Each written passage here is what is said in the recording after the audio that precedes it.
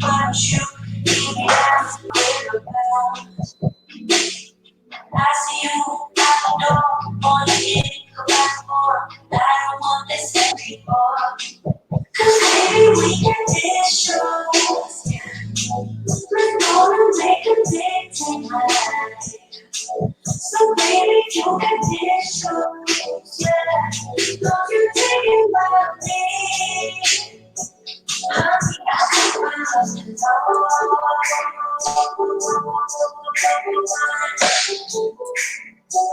yes, I'm lying to you now.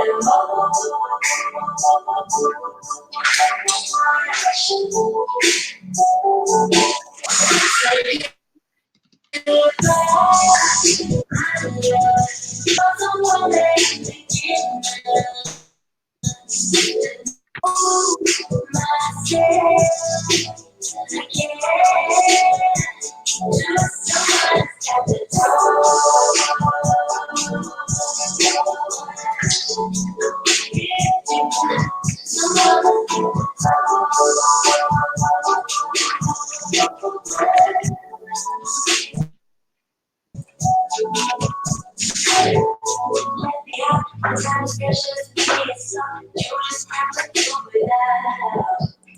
Here's something you think about, you think it's good, it's loud, you're the one that's missing out. Cause baby, we can dishes, we're gonna make a dictate my life.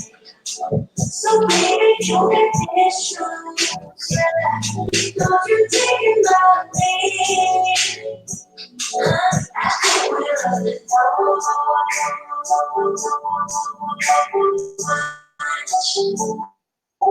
Yes, I'm lying to you, I know.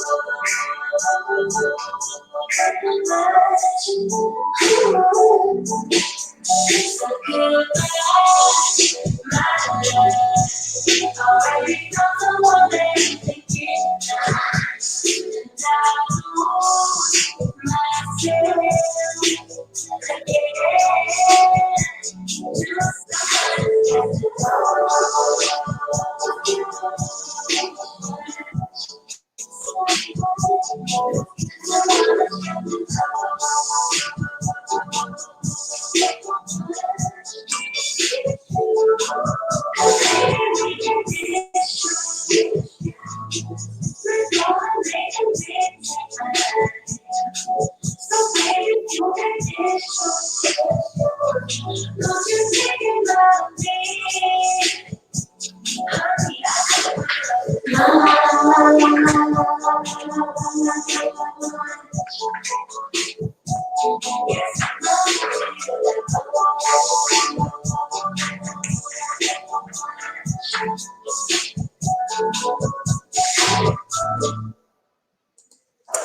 Well, I know, right, Carrie? I know, Carrie, I know. Okay, so good evening, everyone. Happy Wednesday. Hope you all can hear me. Okay, please let me know if you can. It's your girl, Rain and Woman, coming to you with another episode of My Coffee is Black series. So let me tell you about My Coffee is Black. It's an open chat of healthy discussions addressing issues that plague Black American society, as well as celebrate what makes us great. This is an opportunity to vent, share, discuss solutions, and encourage growth. This is not a place for bashing, to express hatred, or participation of gender wars. Respect is commanded, not optional. Now, with that being said, sarcasm, entertainment, and laughter is allowed, and we will have all of that. When I say all of that, we will have all of it, all of it. today. But first, before we get into it, I want to introduce a very, very special guest. His name is Rick Shaffold. Did I say your last name right, please? Yes, you did. Can you hear me? I can. I can hear you fine. You sound loud and clear.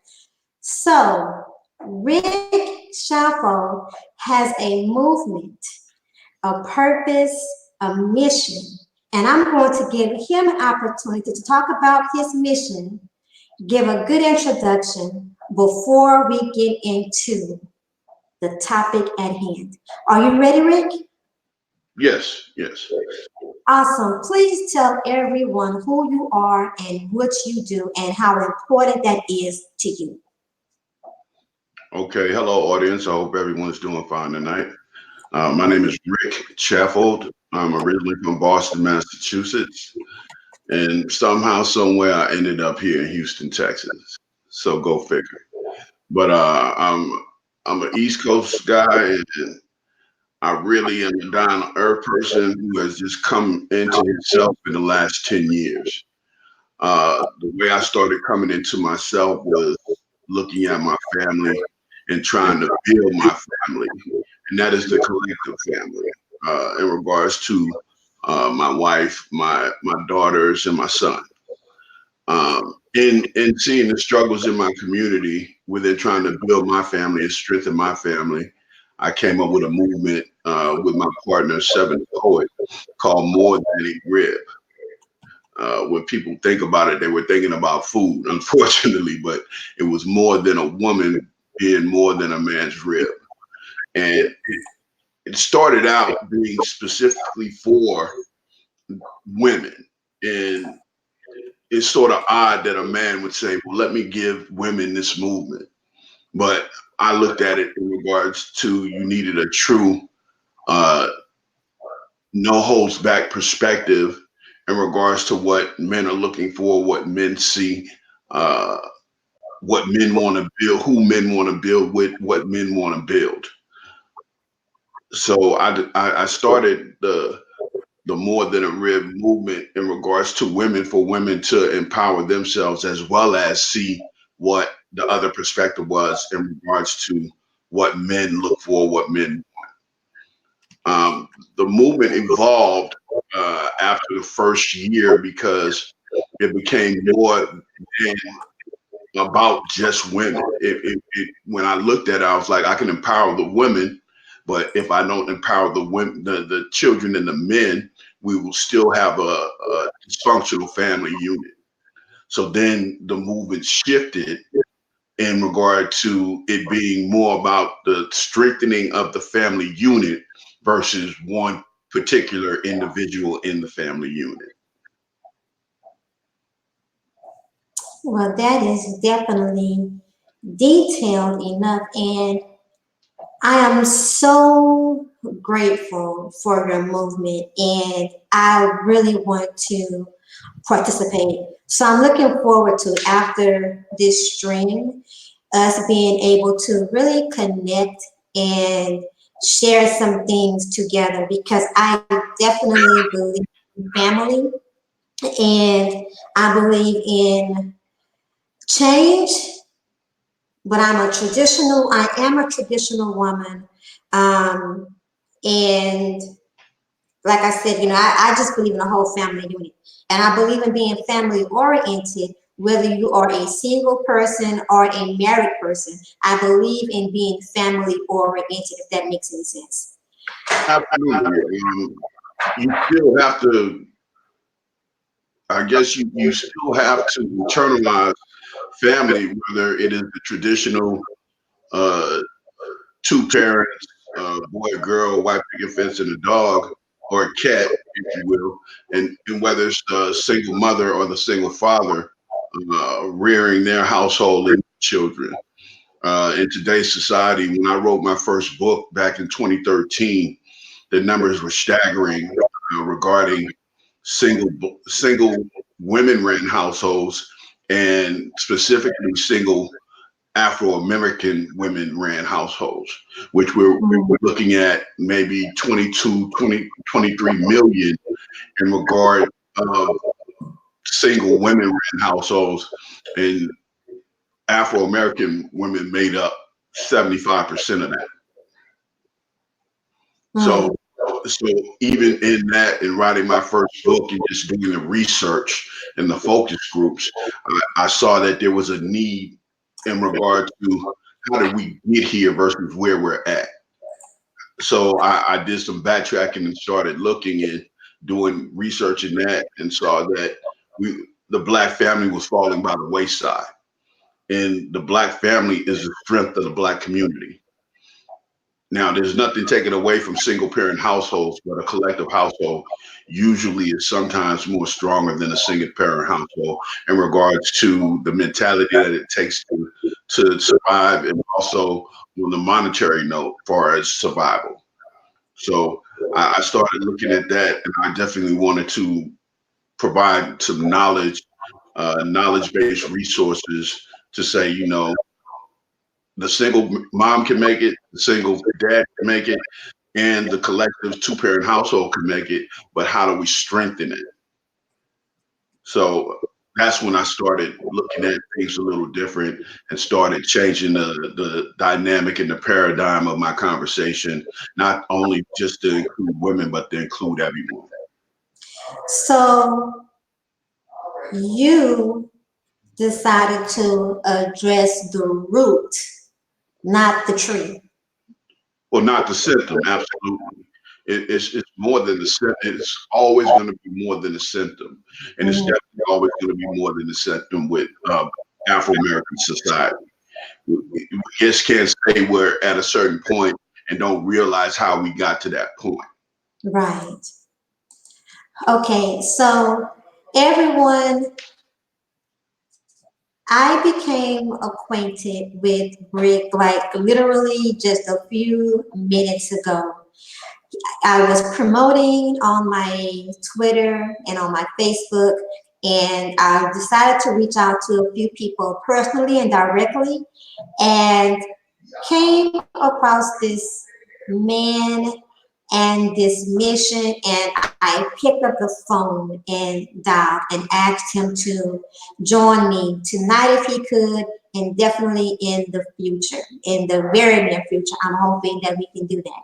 So he's actually not familiar with the Manosphere, as a majority of the people I'm looking at in my chat room right now are. So before we go into it, let's talk about topic.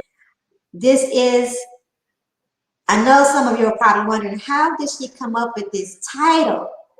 Eating sausages and singing songs together. That's actually it was a comment that was made in the author Alan Roger Currie, otherwise known as ARC, in his video. When I first heard it, out of everything, I'm telling you guys, you see these emojis? I was literally like on the floor, just rolling, because I'm an artist.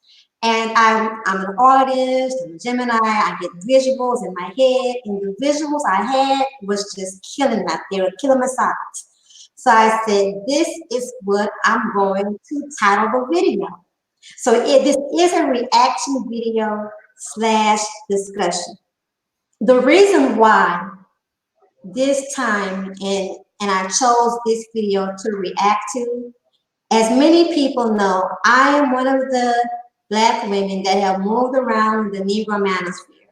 Um, and I've gotten on different panels in the Negro Manosphere, and I've been labeled, I've been scrutinized for it, and I've been celebrated for it. But whether I'm celebrated or whether I'm scrutinized, I'm fair for both my women and for both the men. Period. I'm fair all across the board. But Alan Roger Currie said his video said a lot where I shared some of the same sentiments, and others around me shared some of the same sentiments. His sentiments, however, are not very popular in the Negro manosphere. So, why is that? First of all, with that introduction right there, Rick, when I about the Negro manosphere and about the manosphere, because you had no idea what it was, what was your initial reaction? Well, we talked about several things, but my initial reaction was from the way I took it, not maybe the way you explained it, was a group of men that's sitting around complaining and complaining or whatever, not necessarily complaining. Let me restate that. A group of men sitting around in their own personal space discussing topics that matter to them. In some instances, it is complaining. In some instances, it is actually necessary venting to get advice or whatever the case may be. When I Googled it and looked it up, it just simply said a space for men to gather and talk. So there was no negative connotation nor a positive connotation behind it. Mm-hmm. But when you were explaining, you said, well, men get together, they say this, they say that, and it was more towards women in general, but our demographic is Afro American women. So I had to say, well, it's sort of crazy that there's a group for this because if a man has a problem with a woman, he should be talking to the woman, not to other men, because you can't get the other side as far as his perspective is concerned unless you address who you have the issue with. So if we're looking at gender, if a male has a problem with a female, you're not going to talk to male to get the necessary answer or solution to your problem. You probably want to go talk to the female and figure out what's going on in regards to whatever issues or opportunities that you are having. So when I heard that, it sort of threw me back a minute. And there's nothing wrong with that. That's just not the man that I am. Of course, we all talk to our friends about what's going on in current life, trials, tribulations, whether it be relationship, jobs, or whatever the case may be. But a bunch of us, as far as me and the collective few that I have, are not about to sit around and talk about what our wives are doing wrong and have a great discussion on it. It might be a joke or two there, but it's not going to be a great discussion in regards to we're setting aside an hour or a group to address this issue. I'm gonna address it with my wife. I'm gonna address it with my daughter. I'm gonna address it with the female that where the conflict is. So that's what threw me off a little bit as well. And you are pretty much spot on.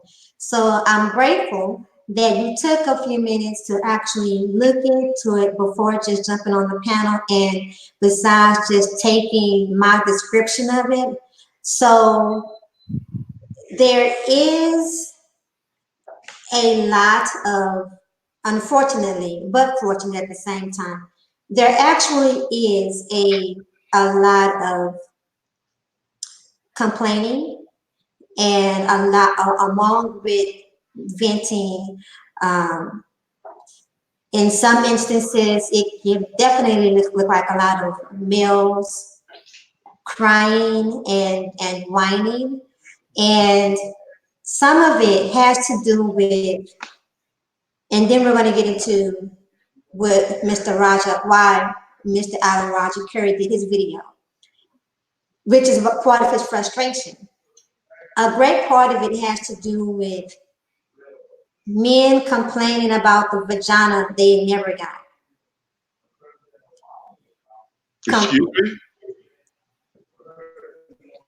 Could you repeat men, yourself? You said men complaining about vagina or sex that they have never had? yes. Yeah, please break that down. Okay. So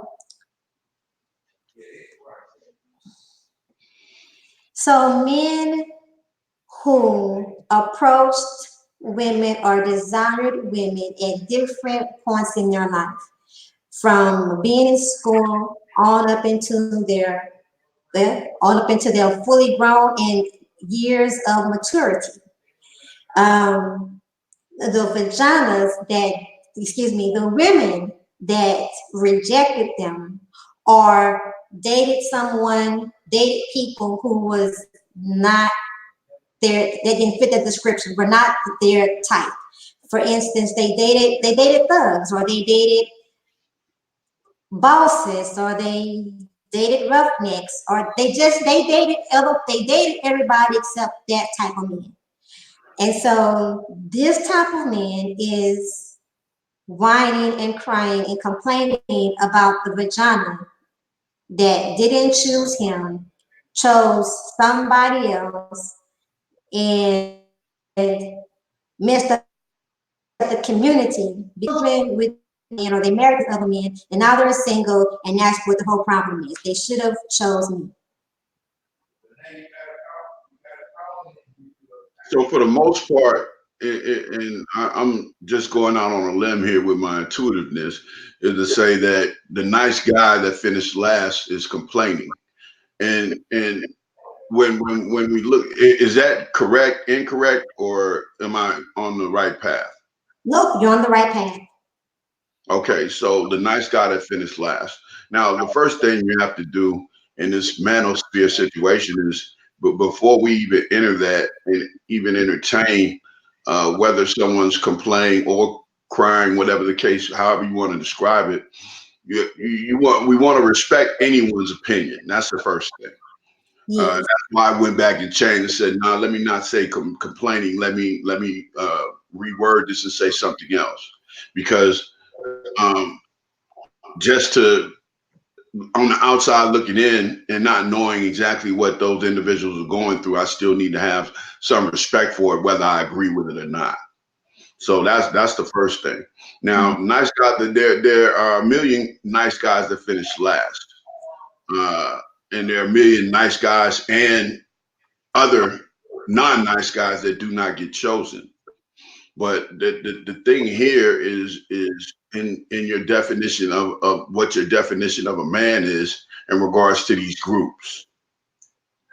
So my definition of a man is a stand-up guy, doesn't matter the race, that has ethics, morals, and values, and takes care of his responsibilities, whether that be his financial responsibilities or his family responsibilities.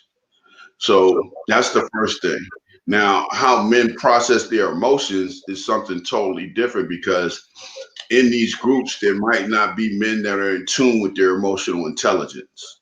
So if you're not in tune with your emotional intelligence, you would get on one of these groups and vent in whatever way in regards definitely to the past and definitely in regards to the present or the future. But this is what I say what a man is. He takes accountability and responsibility. And if there's an issue in him not getting chosen, he, after so many times, I always say you have to look at yourself in the mirror, and you may want to adjust some things to make yourself desirable to whomever that you're seeking. So there's several layers to this, but it just doesn't stop at the group and what's going on in the group on the surface level in regard to some what you would call someone complaining or venting. It's much more deeper than that. Now, me being where I'm from and the man that I am, and once again the group that I surround myself with, we're not about to do that.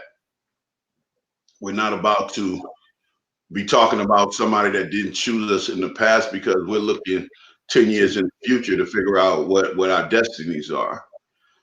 Some men are not mature in that aspect. And this is the thing, in the balance side of this, there's an equal amount of women that are doing the same exact thing. So if there's a manosphere, there's definitely a woman's sphere times 10. So let's be clear on that. Let me definitely put that in there, because every time you look around, and then especially dealing with black men, we get a bad rap for a lot of things that we did not do, and women are complaining about that. The whole Mhm. thing is, and I'm gonna shift the conversation real quick, and I'm gonna come right back. Women are complaining about what happened in their past instead of looking what's going on in their future and what can be done. And a Mhm. lot of men are having to deal with issues of women not healing from their past, whether they have to forgive the person or forgive themselves. So, with that being said, there's a lot of uh, valid conversation that may happen in these men's groups, but then there's a lot of non-valid conversation that happens in these men's groups in regards to a manosphere, and there's a lot of valid uh, venting that goes on in the women's groups as well, and there's a lot of non-valid venting that goes on in the women's groups. I completely agree. And okay, so we have someone chatting in the chat room, and he said, "This is what he's one of his responses is." Which, by the way, thank you, Great Britain, for being here. He says it's about the last guy is told to clean up the mess reckless people created. It's not necessarily reckless. In some cases, it's reckless, and when we're looking at this, we're looking at men and women. Men and women can be reckless in their immaturity. So what I see right now, especially in the Afro American society, we have babies having babies having babies. So when you have babies having babies, and this goes to perpetuate a, a let me say this, grown men babies and grown women babies trying to navigate life without any experience and having a child at 16 and 17 and not really knowing how to or having the knowledge to successfully do that. We're going to run into situations all of the time with men and women where they're making the wrong or irrational decisions based on emotion versus what's literally there. And when I say literally there, I'm referring to just life in general and specific. You haven't been through the experience to have the knowledge to make the right decision. And when you have babies having babies, that's what happens. But these babies having babies turn into adults, and they turn into adults that are dysfunctional. So we have to look at, once again, it's deeper than just the layer of a woman's sphere or a manosphere. I'm not familiar with what the gentleman said, who you based this stream off of. But I would definitely go look at it. But if he is downing the men and frustrated with the men without taking the consideration to say what's the proof and how did this start, and then if he's providing, and once again, I haven't looked at it because I haven't had time, but if he's providing his narrative without providing a solution, then that would have to be something that I discredit in gentlemen, whoever it is. If you have a problem, bring a solution. But the solution is to find the root word, a solution to a symptom, and expect the symptom to go away. You have to find the root and provide a solution to the root, and then look for it to change over a period of time. It's not going to change overnight. Right. Well, I did drop the link, and I will definitely send it to you personally. The video that this author slash public speaker did, and to go a little bit more into this. Part of his frustration is the anger, the when men are in red pill rage, and when it's continuing, when it's a lot of, okay, so there's been men that's been in these spaces for years, like we're talking like 10, 20 years with the same complaints. We're talking, and there is seemingly a gender war between the black men and the black women, which a lot of this language for me, Rick, was very new to me prior to me coming onto YouTube within the last 2 years. And wandering happens accidentally into this sector. I've never heard this kind of stuff before. A lot of these, I never heard of MGTOW, red pill, save yourself, black man. I never heard of any of that before. I never heard such vitriol against women.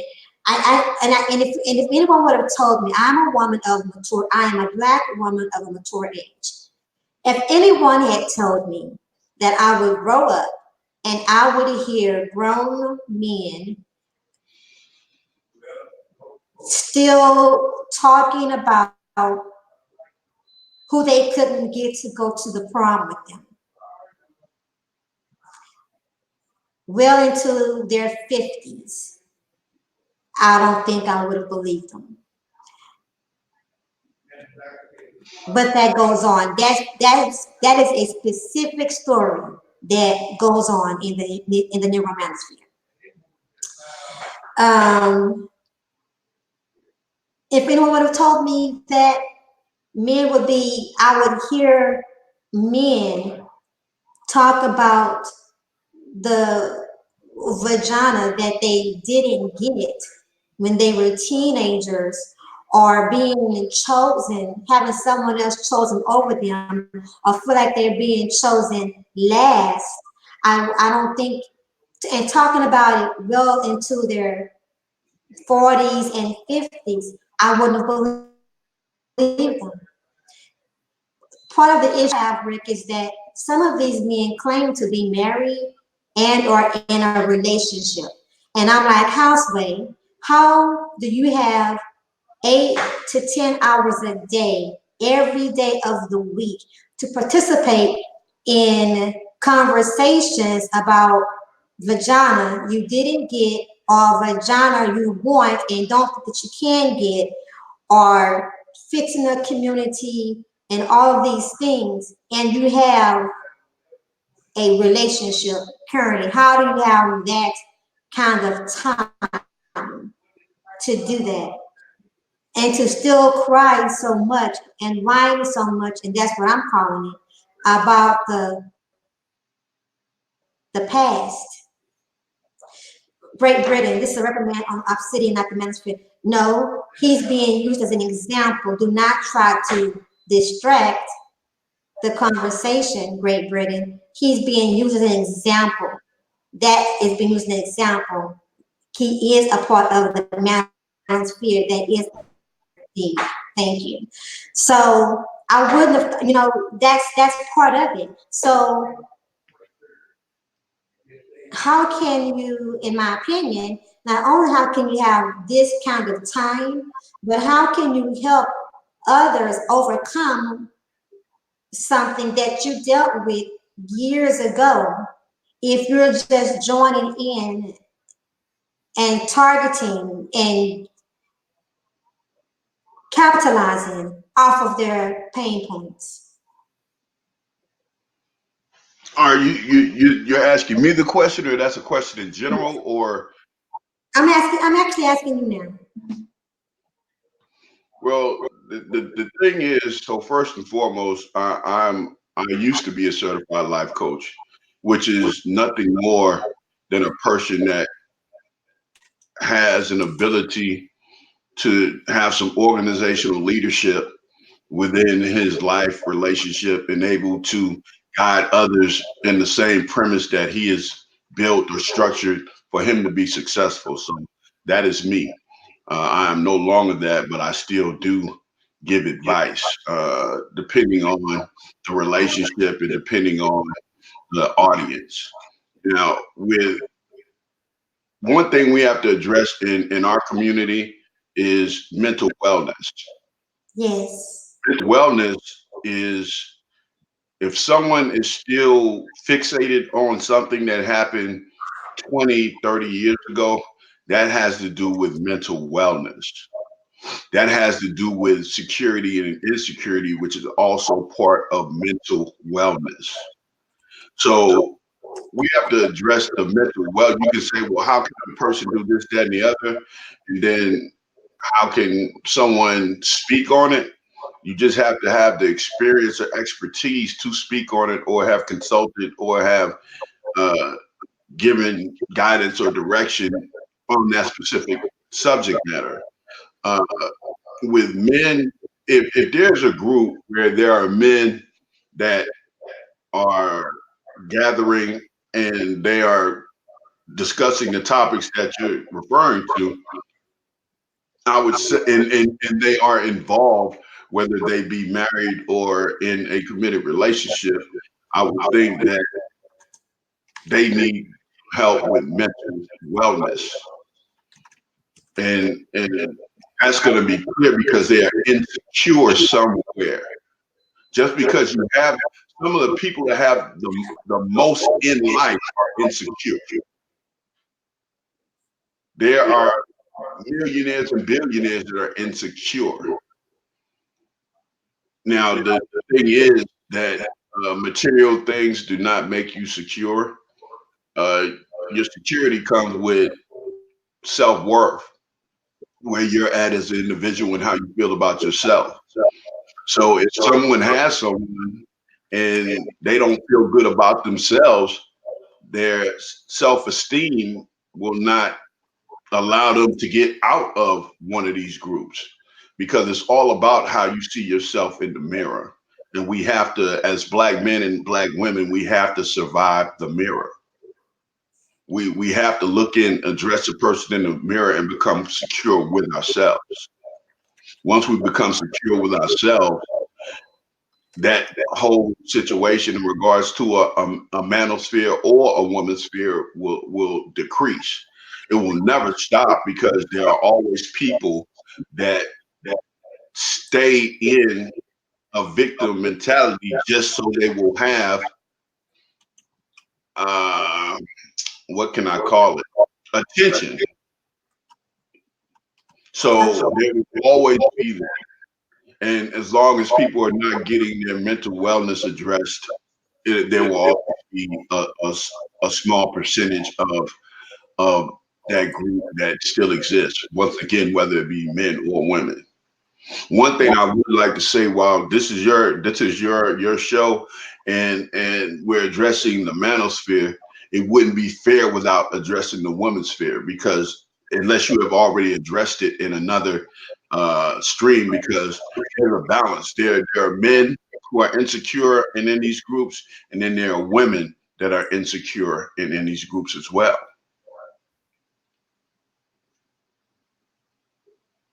You know what? And that is a good point that you do bring up. And I tend to bring both men and women on my panel from time to time so that we can talk about these things. And generally, in other places, when you see men and women from different sides or having a panel discussion, it turns into arguments. It turns into it's more opportunity to abuse each other than what it is to have a healthy discussion. And I definitely choose to have a healthy, but part of the part of the statements or complaints in the manosphere is women have complained and had a voice for so long that they shouldn't be complaining now.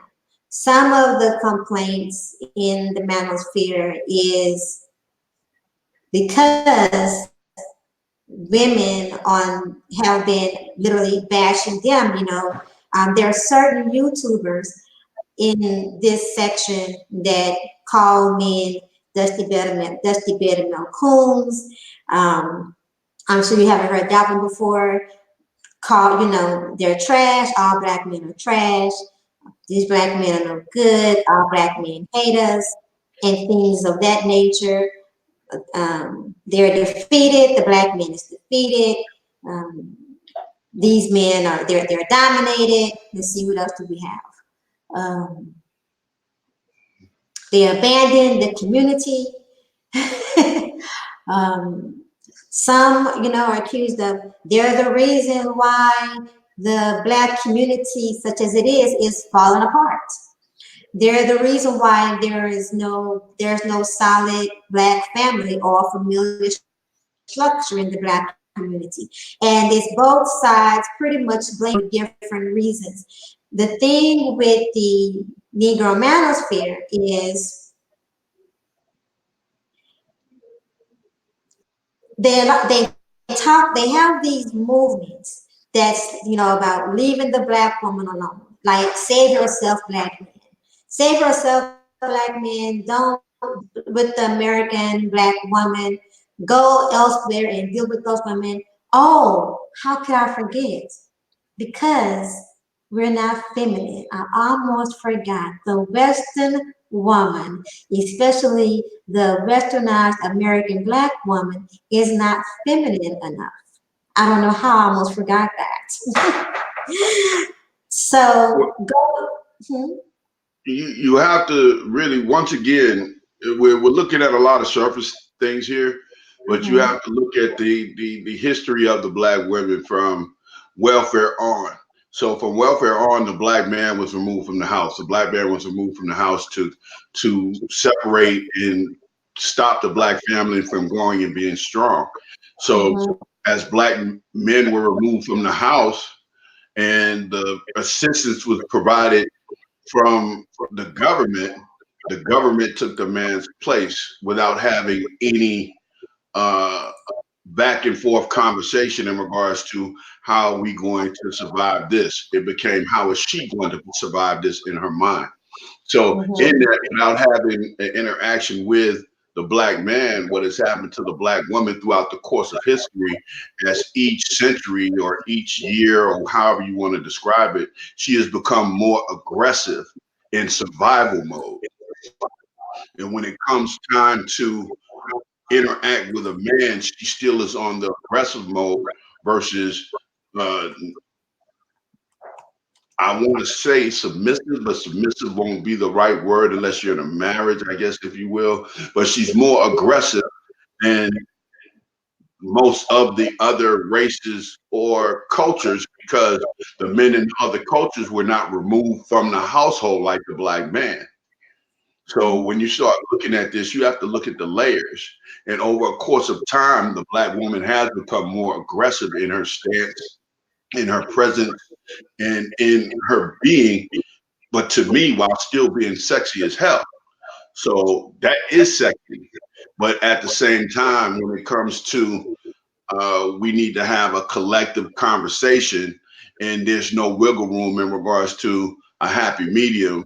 That's what a lot of black men are referring to in regards to, the it's not even masculinity. When they talk about a black woman and she's not attractive, they're referring to the mentality that she has, not her beauty, not her outer beauty. And black women are beautiful. They have inner and outer beauty. But in the course of, once again, we're looking at 18 million single parent households, and she has to get up, raise a child by herself in some instances, in regard to maybe most instances when we're looking at baby boomers and Gen Y, Gen X, if you will. Um, we're looking at black women that have to go into survival mode. And when they meet a black man, it's hard to get out of survival mode because that's what they are conditioned to because of babies having babies or the separation of man and woman in a household and current because they didn't get along and whatever the emotional breakdown with them, the man has left the relationship and left the child behind as well. And the woman, in some instances, has kept the child or made it difficult for the man to see the child. And there's just a bunch of different layers that go on with this that make both sides say one thing about the other versus coming to a union and say, in order for us to be reach this happy medium, we need to listen to each other's voices, which we both have a voice, and we need to respect each other's voices. And not only respect, we need to say, everything is not worth a response, and everything is not worth an argument. We have to start. looking at weighing what is important here. And what's important is the strength and unity of the family and making sure that the child is happy and making sure that while you're rearing the child, that if you're not happy, at least you're content with what's going on and interacting with the other individual. But be clear, over the course of time, single black women has become more aggressive, but there's a reason because of that. And that's no one's fault. It is the two people's fault, not even fault. It's an opportunity, if you will, to get it together to where there can be communication and communication and communication. Without communication, everything falls to the side. So we definitely have to look at, what's going on and how as black women have become more aggressive, black men have started, and we're talking in regards to the family unit now.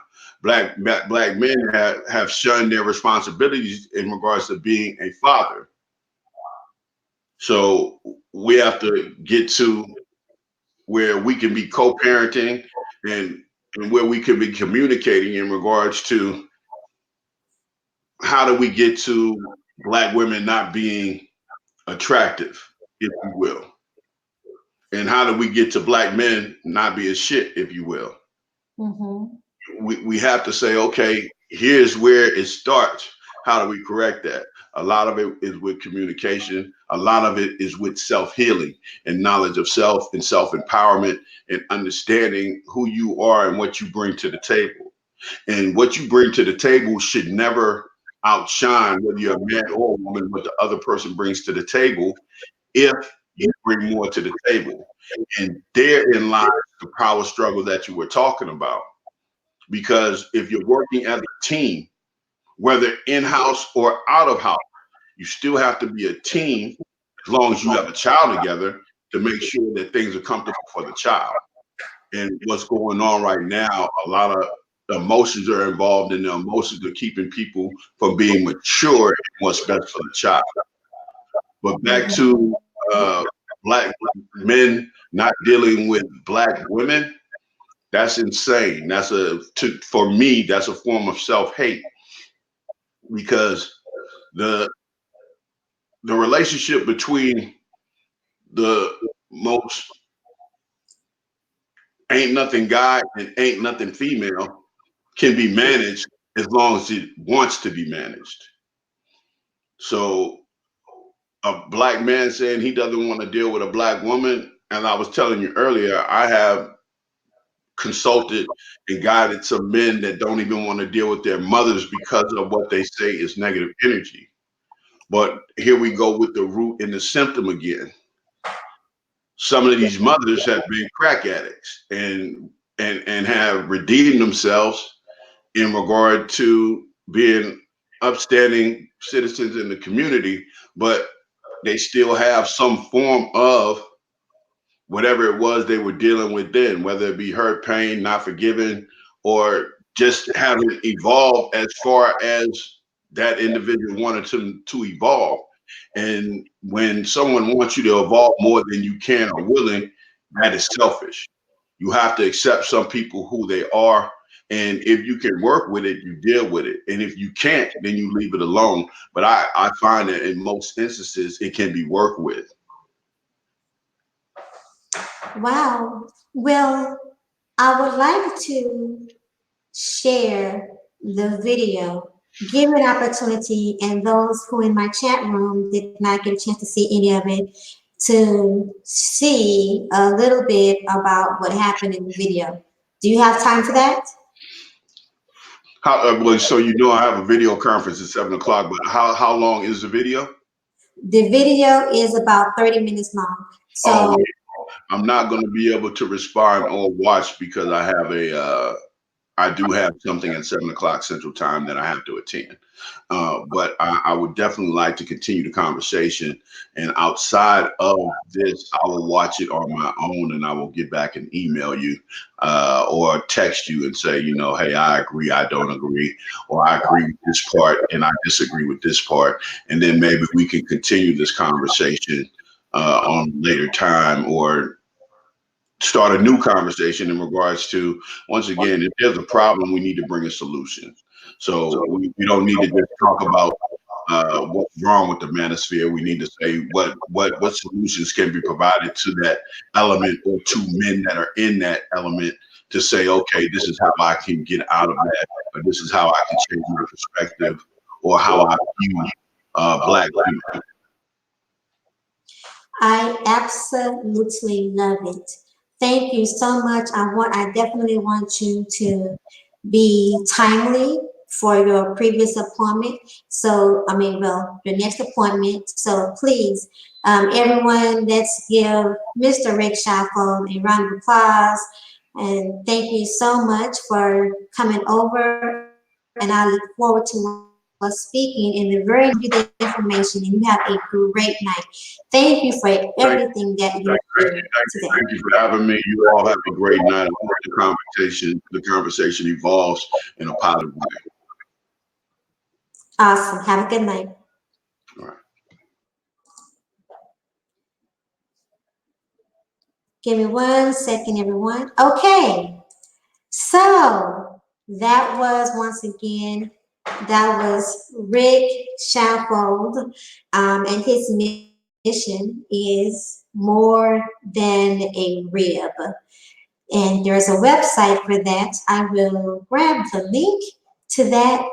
But while I do that, so let's go ahead because I think everyone that's over here now is both familiar with Alan Roger Currie, the Manosphere, and all of the hashtags, or some of the hashtags. So I'm going to go ahead and do a screen share. Wasn't it 6 days? Thank you. Let's see here. Screen share.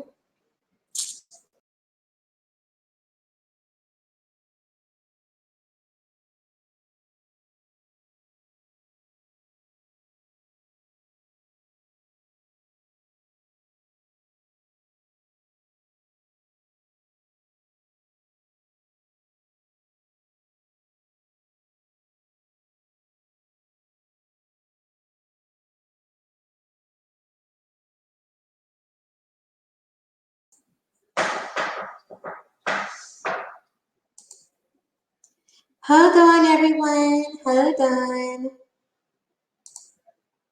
I'm pushing all of the buttons except the right button.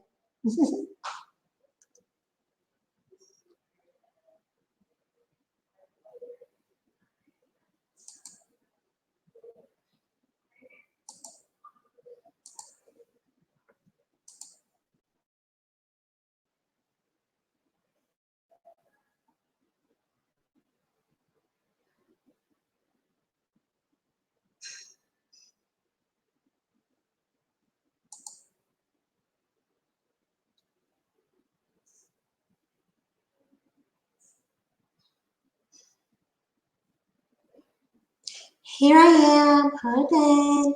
Let it catch up. Well, while I wait for it to pull up, you know what? Why don't I do this? I'm going to play us a song really quickly.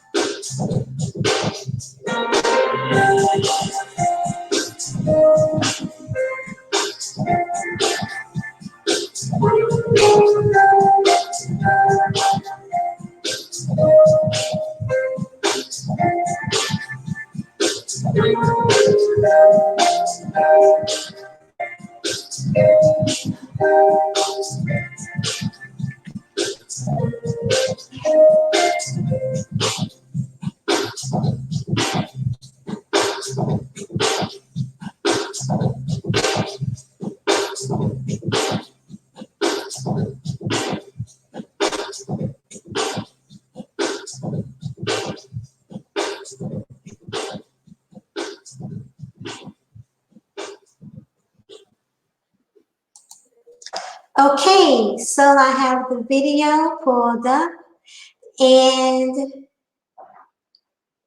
put a 1 in the chat room if you had an opportunity to watch ARC's video, and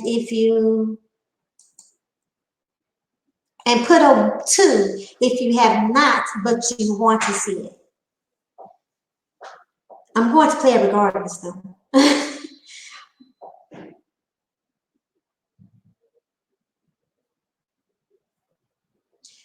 Joseph, that is a very good point. You're right. Something's got to give, but we have to work towards solutions some kind of way. Okay. So I have 1, 2, 1, 2, 1, 2. Okay, I'm sorry, let me go ahead and let her rip. It's not a very long video, so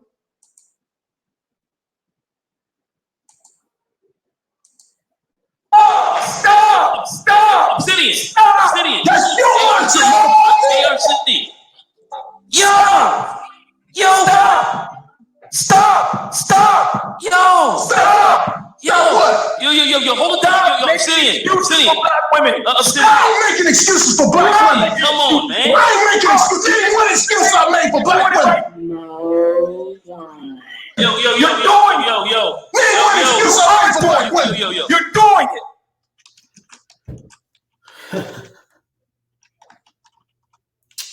What you just heard was an excerpt from when I made an appearance on Mumia Obsidian Ali's live stream last year. I think it was either mid to late May or sometime in June of last year. It was either early or mid to late May of last year, and no later than sometime in June of last year. I was on his live stream.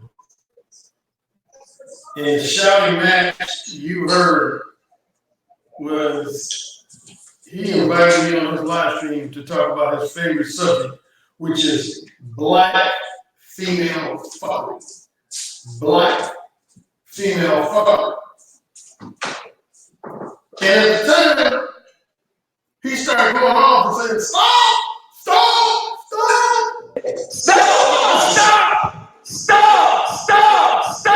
City! That's your AR City! Yo! Stop! Yo! Yo! Hold down! Yo! City! black women. City! I ain't making excuses for black women. Come on, man! I ain't making excuses. What excuse I made for black women? Right now. Well, for folks to say that was simple. We were wrapping up the live stream, and I simply told him, I said, hey man, on your channel, I don't mind you talking about black female fuckery to your heart desire. If that's what you want to talk about, this is a free country. If YouTube allows you to talk about it, then you have a right to talk about it. But I said the problem that I have with you is that from listening to you, I get the impression you want other YouTube personalities, other black male YouTube personalities to talk about black female fuckery and harshly criticize the flaws and weaknesses of black women's behavior. And I said, I, for one, I'm not willing to do that on my channel. With the exception of maybe every blue moon. But I'm not going to talk about black female fuckery on a regular or semi-regular basis. Because I don't experience much in my life. Now see, I was going to go in on your boy Obsidian today. I was just forthright say, I'm gonna go in on them, something vicious, something that would leave him devastated. I know how to do it. I can leave people devastated if I want to. I can destroy people's ego and their self-esteem. Trust me, I know how to do it very well.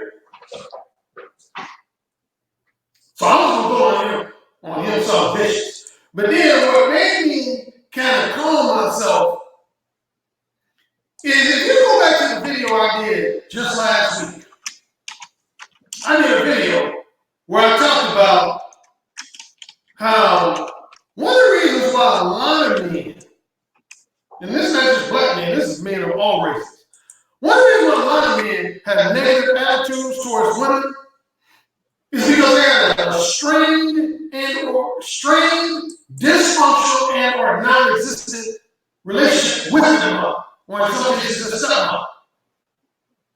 They have a strained, dysfunctional, and or non-existent relationship with their mother or stepmother. And I also mentioned that some guys, it might not have been their mother, it was their father. I know a lot of men here, right here on YouTube, again, not just black. Even though I think in that video I did mostly inside black men, but I know other black men who've had a strained, dysfunctional, or non-existent relationship with their father. And by Manosphere Ali's own admission, he had a fucked up relationship with his own mother. He actually publicly described his mother as being verbally abusive. He publicly has described his mother. Matter of fact, that very live stream that you heard the excerpt from where we were yelling at each other, he said it in that live stream. He categorized his mother, who was a black woman, as being verbally abusive. No, he categorized her as being verbally abusive. To the point where he went something like minimum 5 years and as long as 10 years without even speaking to her. He went somewhere between 5 to 10 years without even speaking to his mother, his biological mother. I want you to think about that for a second. He went like 5 to 10 years without speaking to his mother. Man, I cannot imagine. You couldn't have put a gun in my head to get me to go 5 to 2 years without speaking to my biological mother. I've never gone 5 months without speaking to my biological. I think the longest I've ever gone without speaking to my mother and father is roughly about a month to a month and a half. There was a couple times when I was in college where I went as long as a month to a month and a half without speaking to my mother and or father. And when I lived in Los Angeles, there was a handful of times I went as long as maybe 3 to 5 weeks without speaking to my parents. But other than that, and in those instances, it wasn't because there was animosity between us. It was just that I was so busy with stuff going on in my life, I just didn't find the time, make the time, you could say, to contact. But I never had a falling out with my mother and father to the point where we went weeks, months, or years without speaking to each other. That's dysfunction. So when we are saying that Ali is the product of a dysfunctional mother-son relationship. So it's not surprising that he has a negative attitude towards women, and particularly black women. Because he has a dysfunctional relationship with his black mother. And there's a lot of black men on YouTube that have had dysfunctional relationships with their black mothers. And again, for non-black men, there's a lot of non-black men who have dysfunctional relationships with their mothers. So of course they have a negative attitude towards women. Of course they are.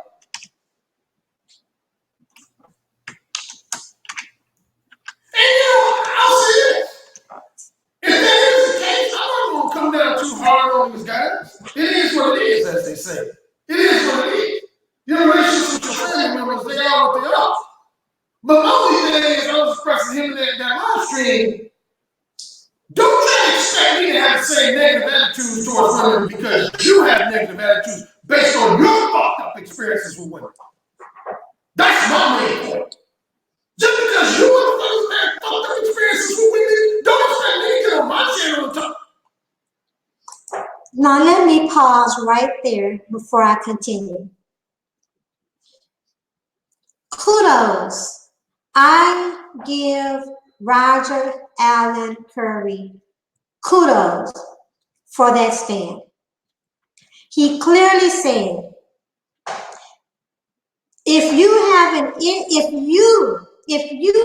issue with your parents, with your mother, you had a dysfunctional relationship with your mother, and I don't have that experience, don't expect me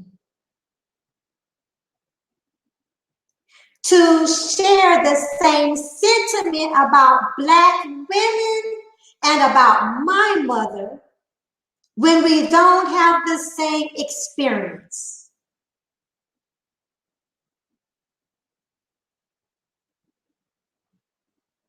Don't expect me to commiserate with you and others over something that I cannot relate to. Don't make your anger my anger. Don't project your issue onto me. That is one of the same things that people complain about in relationships. Romantic relationships, friendships, things on the job. Right now we're talking about romantic relationships and friendships. Romantic relationships.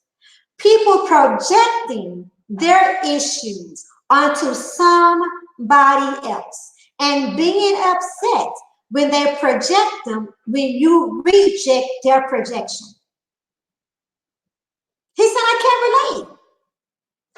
Yeah, I'm in the manosphere or whatever, but yeah, I'm a dating coach, whatever. I am who I am. I've done what I've done, whatever.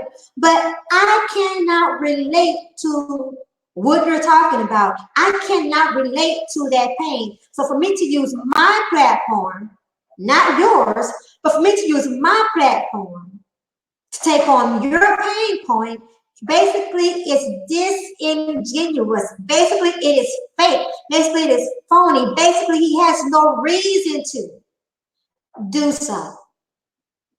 And then for someone to get upset with you, for someone to get upset with him because he decides to say, hey, he actually stands up. And you know what? Our conversations, in my opinion, could probably shift a little bit faster, a little bit more, if the people who could not relate to the fussing, the arguing, the complaining, and the dysfunction, if you can't relate, if we actually took a stand and said, I cannot relate. That ain't my issue. That ain't my issue. Let me continue. Kudos. Let me bring it back a bit. Fuck relationship. An experience or a number of experiences that would make me provoke me to get on YouTube and complain about women. I never really had any fucked up experiences with women when it comes to short-term non-monogamy sex. In that area, most women I generally have my way with. Let me back up just a little bit. Hold on just a second. I don't really have any short-term monogamy issues with women when it comes to generally have my fucking way with women. Attitudes towards women because you have negative attitudes based on your fucked up experiences with women. That's my main point. Just because you have fucked up experiences with women, don't expect me to get on my channel and talk negatively about women because y'all had fucked up. I ain't had fucked up experiences with women. I generally had my fucking way with women. Yes. Make a note of that shit. From the time I was in high school up until now, I generally had my fucking way with women, particularly when it comes to short-term non-monogamous sex. Now, I've had some issues with women when it comes to long-term monogamous relationships. I pointed those out a few times, but maybe even short-term monogamous relationships. But out of 4 types of relationships, long-term monogamous, long-term non-monogamous, short-term monogamous, short-term non-monogamous. Short-term non-monogamous, I don't really have any major complaints with. That's the one out of the 4 I generally have my way with, is when it comes to short-term non-monogamous sex. That's not to say I've been rejected by women. I'm sure they have my share of rejections from women well, women that have short-term non-monogamous sex, and they did. But as far as an experience or a number of experiences that would make me, provoke me to get on YouTube and complain about women, I never really had any fucked up experiences with women when it comes to short-term non-monogamous sex. In that area, most women, I generally have my way with. Straight up, I generally have my way with women. Next category, short-term monogamous. I had a few issues with women when it comes to short-term monogamous. Not too many, not enough, again, to make me create a YouTube channel where all I do is complain about women. But I've had some challenges in that area. I've had a few challenges. Long-term non-monogamous. No, I haven't really had any challenges in that area.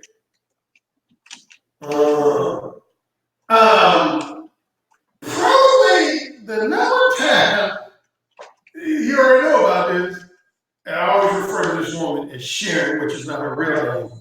But bro, the most challenging relationship I had in the category of long-term non-monogamous, there was a woman in California that I had a long-standing fuck buddy relationship. At first, we were just fuck buddies, like about the first 6-7 months. And then I wanted to upgrade the relationship to more of a boyfriend and girlfriend relationship, and she rejected it. She told me, number one, that I wasn't making enough money to be her boy or serious boyfriend. Number two, she said I was too kinky and promiscuous. And number three, she said I was too dominant and uncompromising.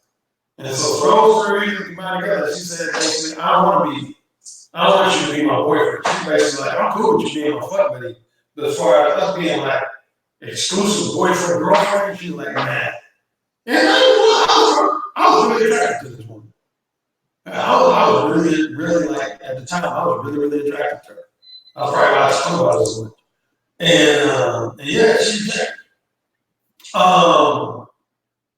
But other than her, maybe 1 or 2 other women, I had no real challenges in that area. Now, long-term marriage, yeah, I had quite a few issues with women. But even in the area of long-term marriage, I have had issues, so many issues with women to the point where it would make me start a YouTube channel that's centered around the fuckery of women. I would never do that shit.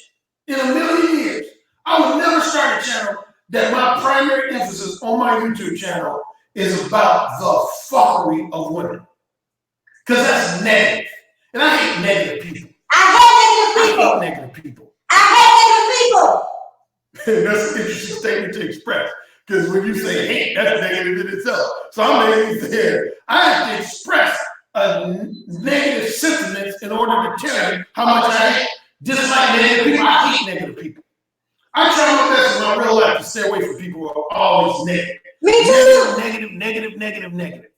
Some of you men are too fucking negative. Yes. And it gets on my damn nerves. Mine too. I would never hang around none of y'all motherfuckers on YouTube. Never. In real life. It's like Sick Monkey, man.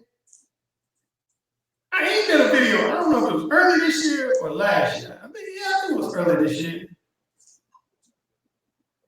Well, it wasn't late last year. I can't remember that. But anyway, he did a video where he said, it was just a brief straight, it wasn't lengthy. He just said something real simple, but yet it was profound. And I'm paraphrasing it, but he basically said, he was talking about YouTube, just the general nature of YouTube. And he said, the thing about YouTube is that you will find a lot of men participating in some kind of group discussion, panel discussion, or debate on somebody's live stream. But he was like, 99% chance the guys you will see, I think particularly talking about black men, he said you will see being grouped together on these live streams. He said, realistically, these motherfuckers would never hang around each other in real life. He said, just about all they do, they wouldn't hang around each other in real life. They wouldn't socially interact with each other in real life. And I remember saying this couple said, I said, amen to that. I wouldn't, I've said this before, so this ain't nothing new for me. But most of the guys who I hear, particularly, I'm putting particular emphasis on black men, that I hear, I would never socialize with them in real life. Like voluntarily, I would never socialize with them. The same nature is because they're too negative. My point is just one reason, a lot of guys right on YouTube, they're just way too negative for me, man. Way too negative. one, they too negative. Number two, to me, a lot of them are not intelligent. I hate to say that, but it's the truth. A lot of them to me are just not intelligent. They do not express themselves in an intelligent and articulate manner. They're unintelligent. They say stupid shit. I didn't say it. They express a lot of highly subjective opinions as if they're actual facts, which irritates the shit out of me. Me too. They're not good listeners. They just like to hear themselves talk. Yes. This takes me back to when me, Obsidian Ali. One reason I'm bringing up his name, this video, this dude had the nerve to do a video over the weekend, misquoting me for like the 15th time in the last 2 years, where he suggested that video I did on Saturday that I said that black men are responsible, should be responsible for the irresponsible fuck-ups of black women. That's what he said that I said. Mumia, I know you watch me. I know you watch me. Insert Mumia Obsidian Ali tailor-made dog face here.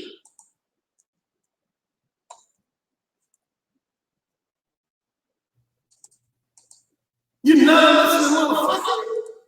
You're not listening, motherfucker, as well as your followers. Let's get some shit straight right here. Let me just ask a serious question. All these guys who claim to be in the manosphere, are you heterosexual? And some people might think that's a light or rhetorical question. No, I'm dead serious. I'm dead serious. Fair question. I had at least one guy. Believe it or not, I had at least one guy who wrote me last year. He said, Alan, you know what your channel has done for me? And he named about 3 or 4 other channels in addition to mine. He said, I've been listening to you for a while, and I listened to about 3, 4, 5 other channels. I've been a part of the Manosphere for years. And he said, I just came to a sort of an eyebrows conclusion. He said, listen to a lot of the video commentary made me realize I wasn't really as heterosexual as I thought I was. What? He said, have come to the conclusion that I am bisexual. Say so. There's this new term called heteroflexible. Heteroflexible. Heteroflexible is similar to bisexual. That means you're predominantly heterosexual, but you leave the door cracked open to interact with members of your own gender. Say so. Predominantly heterosexual, but you leave the door open to sexually interact with members of your own gender. I think that's what this guy said he was. I don't think he used the word bisexual. I think he said, I've come to the conclusion I'm heteroflexible. Whatever that is. And I think there's a lot of, quite frankly, I'm not trying to, a lot of y'all probably think I'm trying to be funny, if not funny, insulting, but I'm being dead real, man. I think a lot of guys in the manosphere are pretending like they're heterosexual. I don't think all the guys who claim to be in the manosphere are heterosexual. I don't. I didn't say it. I really don't. I don't think 100% of men in the manosphere are heterosexual. Me either. I think some are closet homosexuals. Same here. I think there's some men in the manosphere that are closet homosexuals. I agree. Real talk. Real talk. And I think others are bisexual or heteroflexible. And you might be saying, well, Alan, what leads you to believe that? Why would you believe that? Tell them why you believe that. Tell them, Alan. Because what?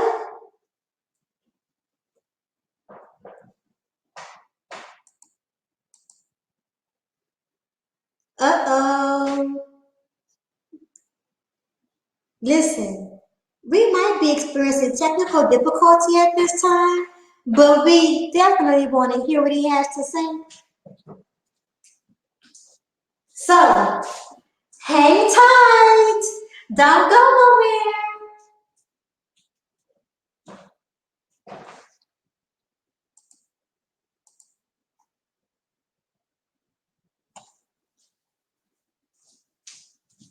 They gonna be mad about this one.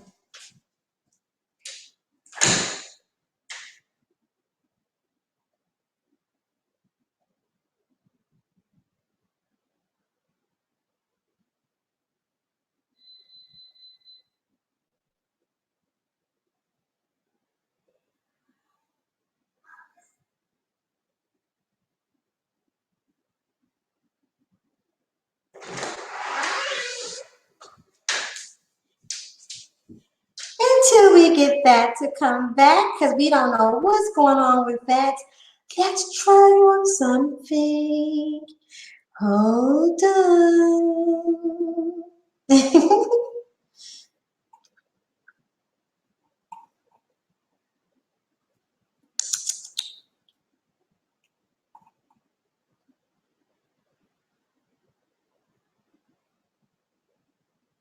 Oh my goodness.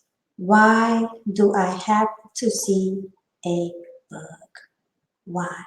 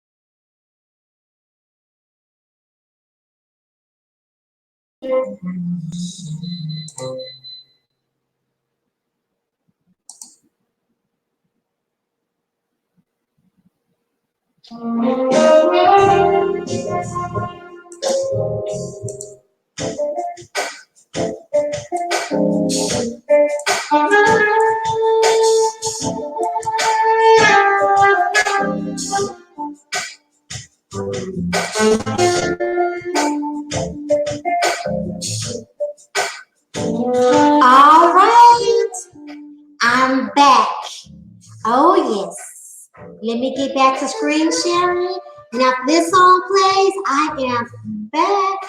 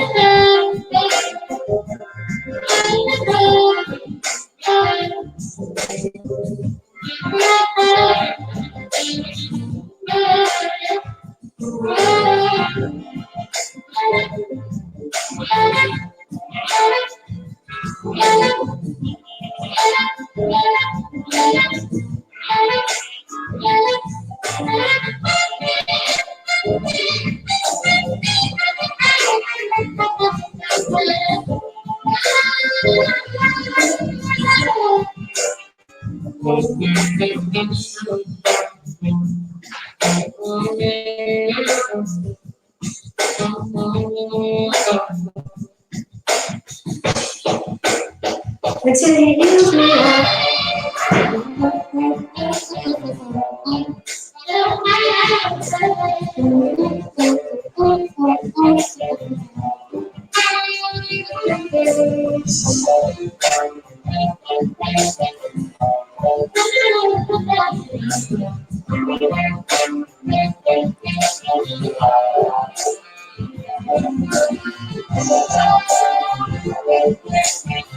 Oh, this is too big.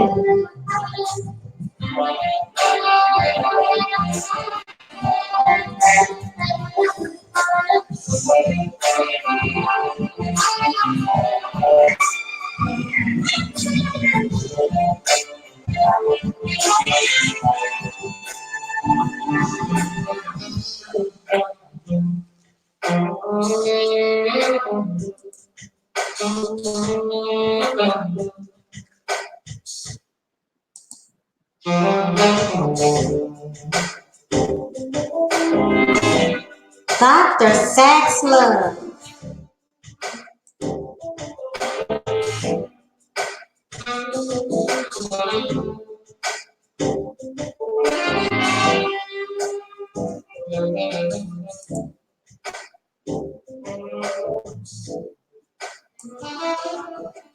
Okay, now we're back. Oh no, I was not going to let a little technology issue get into, I was not gonna let it just mess up this whole stream. Oh no, I was not. Interfere with this message. Oh no, I was not. So let's find out. So is this where he was? Let me see. Was this where he was? Or do I need to? Socially interacting with each other in real life. Okay, so Listen. Take me back to Mamiya City and Ali. One of the reasons I'm bringing up his name, his video, this dude had. And he said, I just came to a sort of eyebrows. Oh, yeah, there we go. Manosphere for years.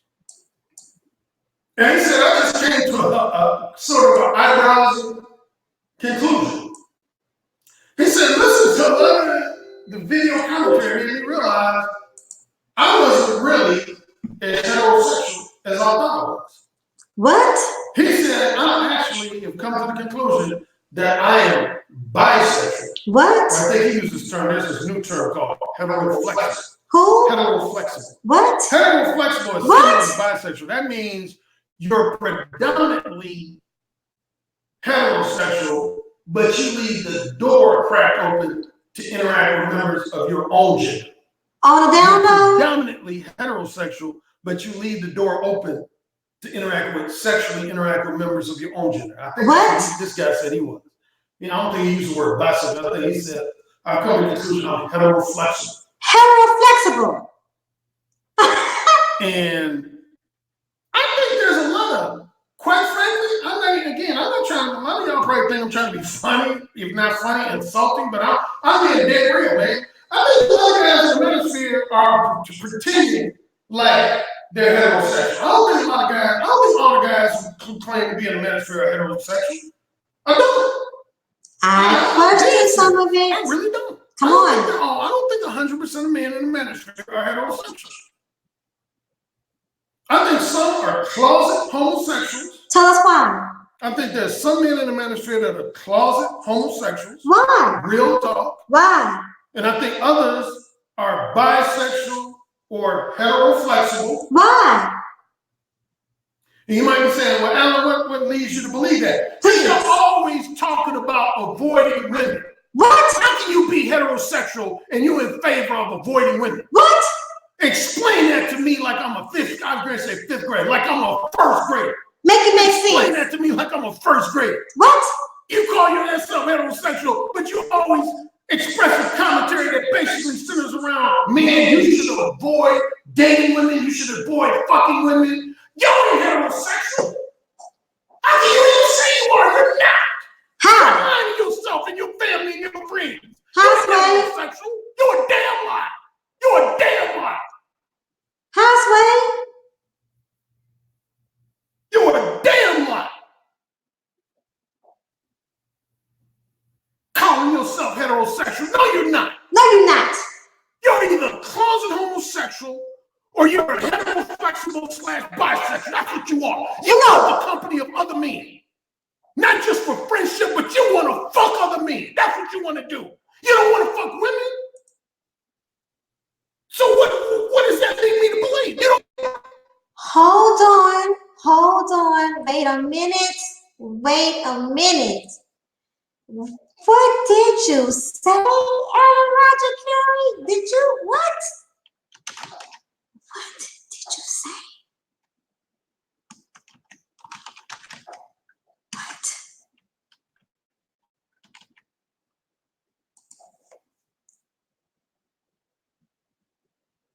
What did you say? Closet, maybe? Now, the reason why I paused it right there is because I and some others have shared those same sentiments on and offline. That some of the men in the Negro Manosphere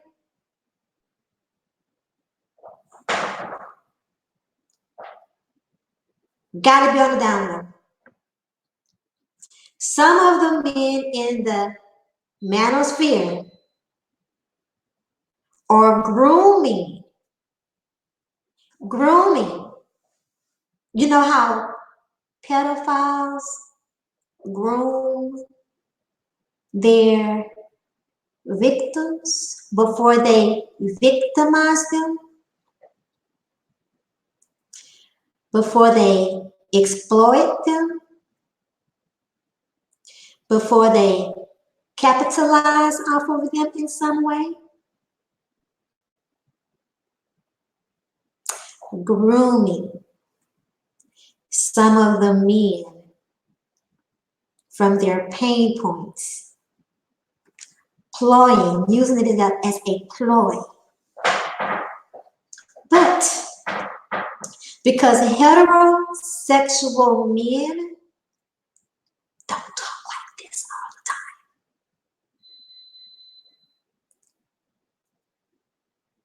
Heterosexual men, they don't talk like this all of the time.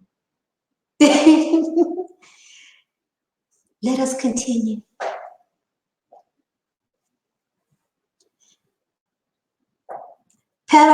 The P word is coming up again because because bringing up grooming, pedophiles usually groom their victims. So because I'm speaking about grooming, I'm just using pedophilia as an example of grooming. That's all, David Monroe. I'm not accusing anyone over here of being a pedophile. If they are, oh, the light will come on. Hold on.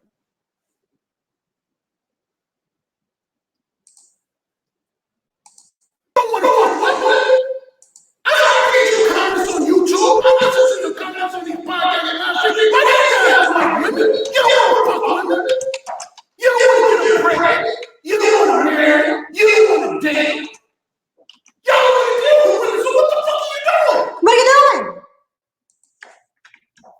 You need to be on the homosexual website for homosexual dating. That's what you need to be on. What? Call it a day. Call it a day. Motherfuckers. Oops. Delusional motherfuckers. Y'all need to get real with yourself. I gonna keep shit real as I am. I always keep shit hardcore real. Can you handle it? Are you a heterosexual? Yes or no? Yes or no? Yes or no? Yes or no? Yes or no? Are you a heterosexual? Are you? There's only two men that avoiding interacting with women sexually. And that's men who are homosexual or men who are monks or aspire to be monks. So if you're on YouTube discouraging men from socially interacting with women, sexually interacting with women, you're either a monk / aspiring monk or you're homosexual. If you're homosexual, you need to come out of the closet and get real. You need to be real about that shit. Don't y'all act like brothers don't be on the down low. You're a heterosexual, a true, genuine heterosexual, and you are enthusiastic about having sex with women, which is what most normal, healthy, well-adjusted heterosexual men want to do. They want to have sex with women. That's my experience. Am I lying? Can somebody challenge me on that? Can somebody disagree with me on that? If you're a mentally well-adjusted, every heterosexual man that I know, whether they are sexually active or not, whether they are in a relationship or not, if they are not, and I do know a couple that are monks, if they are not abstaining because of their spiritual or religious journey, they look forward to getting some vagina. They do not discourage, dissuade men from connecting with women. Not the heterosexual men. Let's continue. I don't know about the ones y'all did, but Emotionally healthy heterosexual male, you want to engage in sexual relations with women. Yes or no? Yes or fucking no?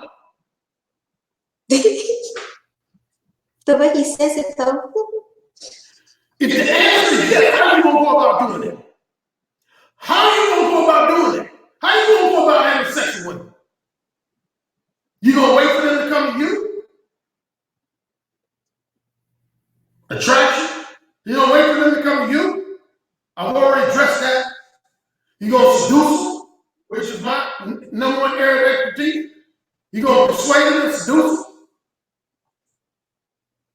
You gonna lie to them, mislead them and manipulate them, toy with their emotions, be a liar, a manipulator, and a verbal coward. You gonna offer some type of financial negotiation as a trick or a sugar daddy? You gonna offer them money for their sexual companionship? Or are you gonna resort to raping them, date raping them, and sexual assault? What you gonna do if you heterosexual? Huh? What you gonna do if you heterosexual? David Monroe says, which men of the manosphere promote full abstinence? He is so full of crap. Shh. To me. Name the person or stop lying. He said, avoiding. And I can tell you that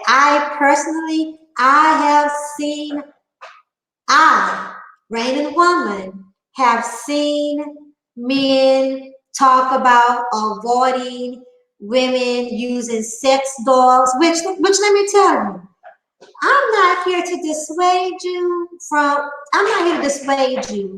from using a sex doll. If you choose to participate with artificial objects, that's you. But I have definitely heard it. Our heard Rain Woman has heard and seen men talk about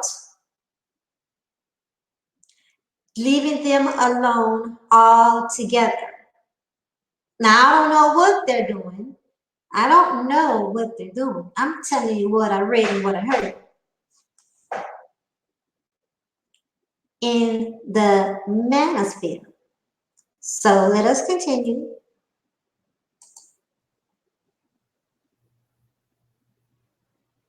Rambo is in full form in this video, motherfuckers.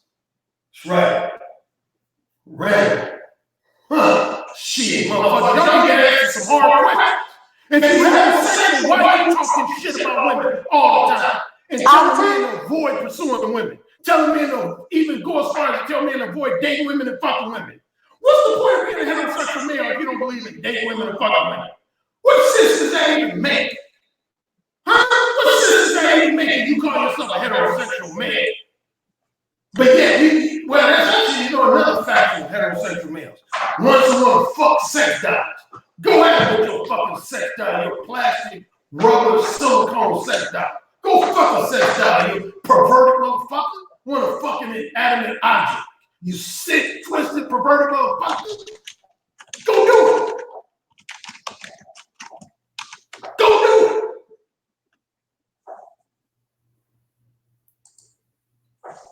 Go do it, motherfuckers. I'm getting to hear my voice. I'm sick of all you motherfuckers. All you negative men with your defeatist attitude. You know you ain't shit. Your life ain't shit. What? Your prospects for a better future ain't shit. What? And you come on YouTube trying to spread your negativity to other men so that you got somebody to have camaraderie with. And one man here, Roger Currie, is sick of that shit. Me I wish y'all too. all go to a fucking island somewhere and eat some beef jerky or some shit and jack off and sing songs together. Wait a minute. Hold on. It was at this part. Your life ain't shit. Your prospects for a better future ain't shit. And you come on YouTube trying to spread your negativity to other men so that you got somebody to have camaraderie with. And one man here, Roger Currie, is sick of that shit. Sick of I wish it. y'all some beef jerky or some shit and jack off and sing songs together. That's what. And ladies and gentlemen, it was at that point, it was really at that point where I experienced this.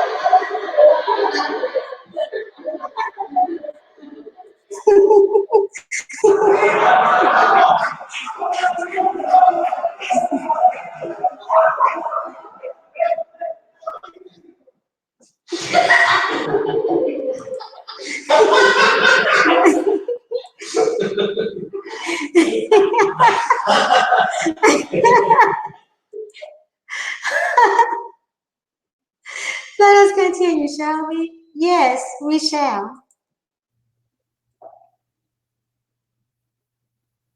Motherfuckers. Sorry ass motherfuckers. If you are heterosexual, then your objective should be to get some pussy. And my question is, how you gonna do that? How you gonna go about doing it? Fuck all the other talk and chatter, chit chatter. I don't give a fuck about none of this shit. I'm asking you a straightforward question. Are you heterosexual? If the answer is yes, how do you plan on having sexual relations with women? How? Are you gonna tell them honestly and straightforwardly you wanna have sexual relations with them, or you gonna try to bullshit them? Pretend like you wanna be their platonic friend first. Or in other words, are you going to be upfront about your intentions, or are you going to be deceptive? Are you going to be misleading? Are you going to lie? Are you going to do trickery?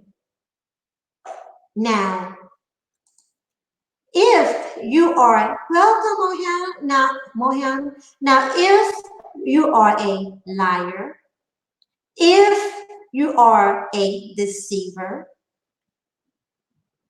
if you are manipulative, and you are comfortable, confident, and cool with all of those characteristic traits, if that is who you are and that's who you like being, then by all means, that's what I expect you to do. If you move like a snake, because that is snake-like, if you move like a snake in your dating approach, well, that's exactly what I expect you to do. I expect you to be a liar. I expect you to be a deceiver. I expect you to manipulate. I expect you to be a snake. So we will call a spade a spade. We will call a snake, a liar, we will call a deceiver, a manipulator, a manipulator. We will call it out for what it is. You know, let me take it back. A majority of the people in the Negro Manosphere promote this kind of behavior. They promote you lying to women. They promote you betraying women. They promote you manipulating women. Oh, but they do it under the guise of it's okay because of y'all. You know, because they are a quote unquote Hebrew Israelite. Lies! Or they do it under the guise of it's okay because she is a succubus.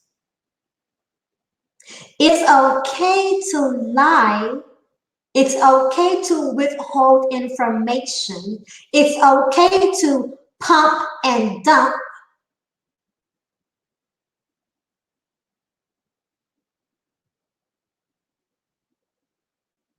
It's okay to set her up with pretenses, false intentions, and then show her who you really are so that she can get upset with you. Does any of this sound familiar?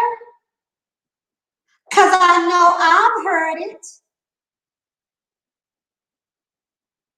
And none of you mofos wanted to call it out. And for the ones, the few that did and do,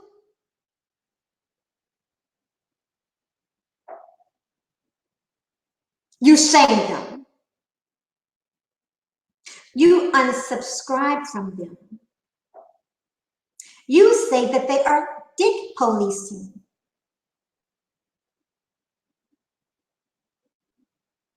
No, a succubus is not the same thing as a concubine. No, it is not. That is a deceptive lie.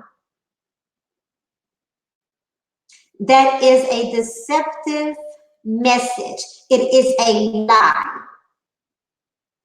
There is nothing scriptural about that. What you have are men in the Negro Manosphere that other men do not want to call out because you're running cliques like the females do. Or because we have similar pain points, then you allow others to say things that are of a questionable character, and you say nothing. But what you want at the same time is you want the women, the Black women, to call out other women that they don't even connect with. But you all are connected and you do not want to call each other out. Shall we continue? Yes, we shall. Pretend like you want long-term sex when you know you want short-term sex. Or pretend like you want monogamous sex when you know you want non-monogamous sex. What you gonna do? You gonna offer money for the pussy? What you gonna do if you heterosexual and you're not interested in being a monk or you're not interested in fucking sex out? What are you gonna do? That's what I want to know. What are you going to do? Me too. What are you gonna do? If you're Black, are you gonna stop fucking Black women? Then stop fucking Black women and move on to white women, Asian women, or Hispanic women. And shut the fuck up. Wait. Then move on and shut up. I myself have said this too. Listen, if you want to go, I don't even care what your reason is, quite frankly. I don't care what your reason is. If you do not want to be involved with the American Black woman or the American Black Manosphere woman, if you don't want to be involved, if you hate the way things are in America, listen, Rain and Woman, I and my peers and my colleagues, we would love for you to pack your bags and get out. Leave. If you want to be here and date and marry out non-Black, you know what? Do it and shut up. Because you shouldn't even have a freaking complaint. If you fix it, there is a solution. Men are supposed to be solution oriented. So if that is the issue, go ahead, marry somebody non-Black. Let me tell you who will not miss you. Rain and Woman will not miss you. I don't care who you date, who you marry. I could give a fuzzy frog's butt. I really don't care. You already ain't checking for me, and I promise you, I already am not checking for you. So I won't miss you. I won't miss you. I I will not try to snatch you out of the hands of a non-black woman. It will not happen. If you run across me in a mall or restaurant, I will portray the same joy, the same peace, the same happiness that I already did before I saw you with your non-black person. Okay? I won't mean mug. Matter of fact, I'm likely to greet you. Period. I don't give a flying frog's butt. I don't give a fuzzy flying frog's butt. Okay? Okay. And I'm not, guess what? I'm not the only one who feels like this. Do it and shut up. Or leave. You can even leave. Like leave. You can leave and not even come back. Like, let me tell you, I almost left last week. You know how? Because I had time. I had time. But I always have time. But I had time to go online and look at flights. I found housing. I found hotels. I found jobs. I found Airbnbs. Y'all, what? I damn near packed the bag and got out of here myself that day. But then I was like, no, not yet. I mean, I do plan on leaving the country, but no, not yet. But listen, you don't have to go get your passport stamped 1 time or 2 times or get it stamped to come back to America, especially if you're a man of means. I mean, if you're a man of means and you own businesses, or a successful business, it's nothing for you to shut up, pack a bag, and relocate.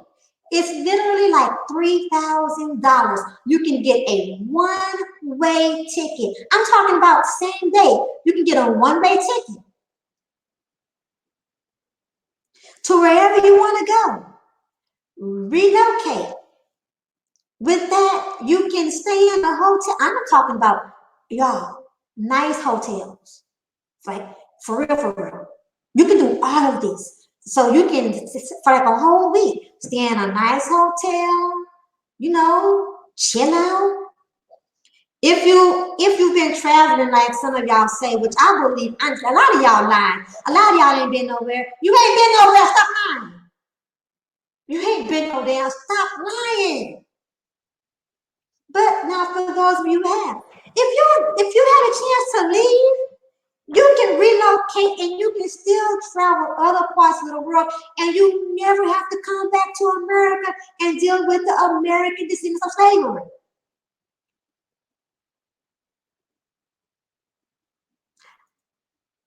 I won't miss you. If you're not checking for me here, if you're not my type here and I'm not your type here, I won't miss you if you leave. I won't miss you.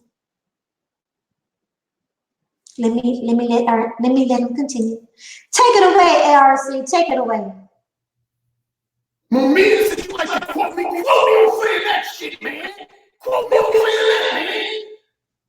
You one of these bitch motherfuckers out here.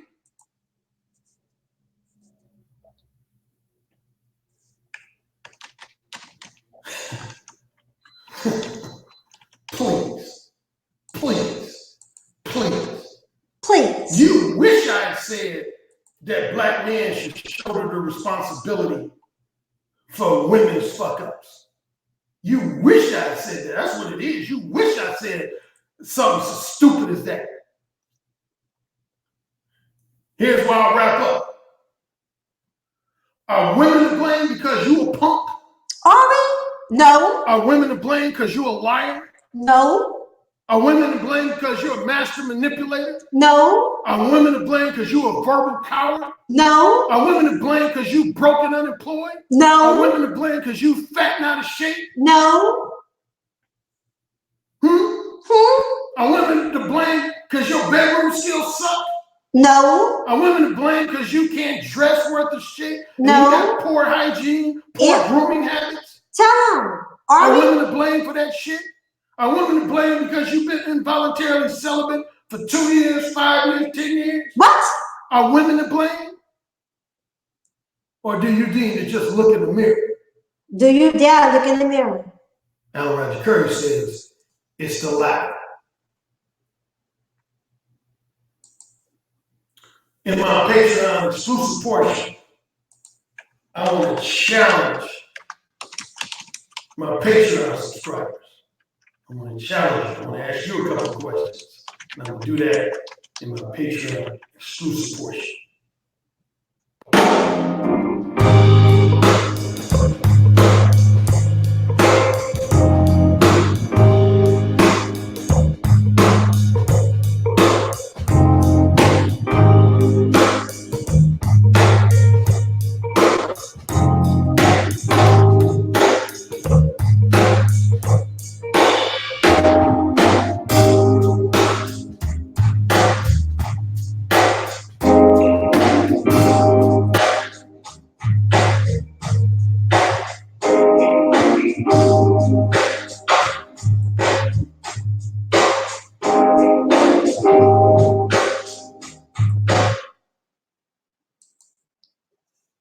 Well, wasn't that nice? Wasn't that nice?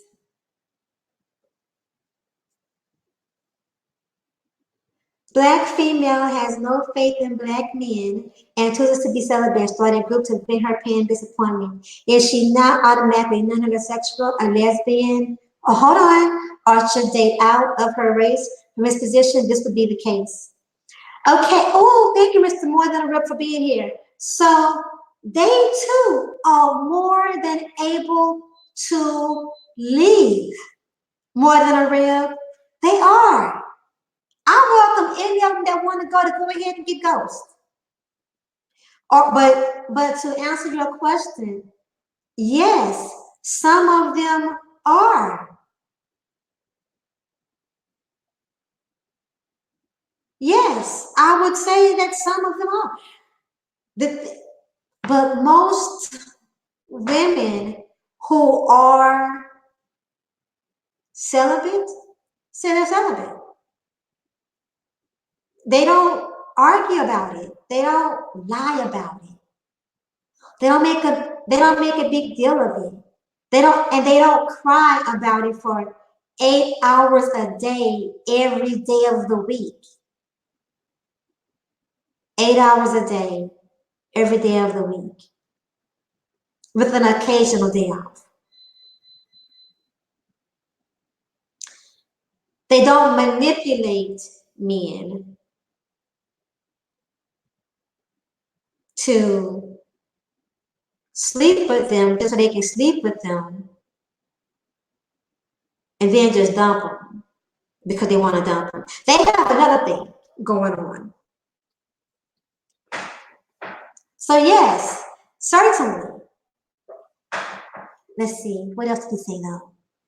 Is she now automatically non-heterosexual or lesbian? Okay, so I dated that.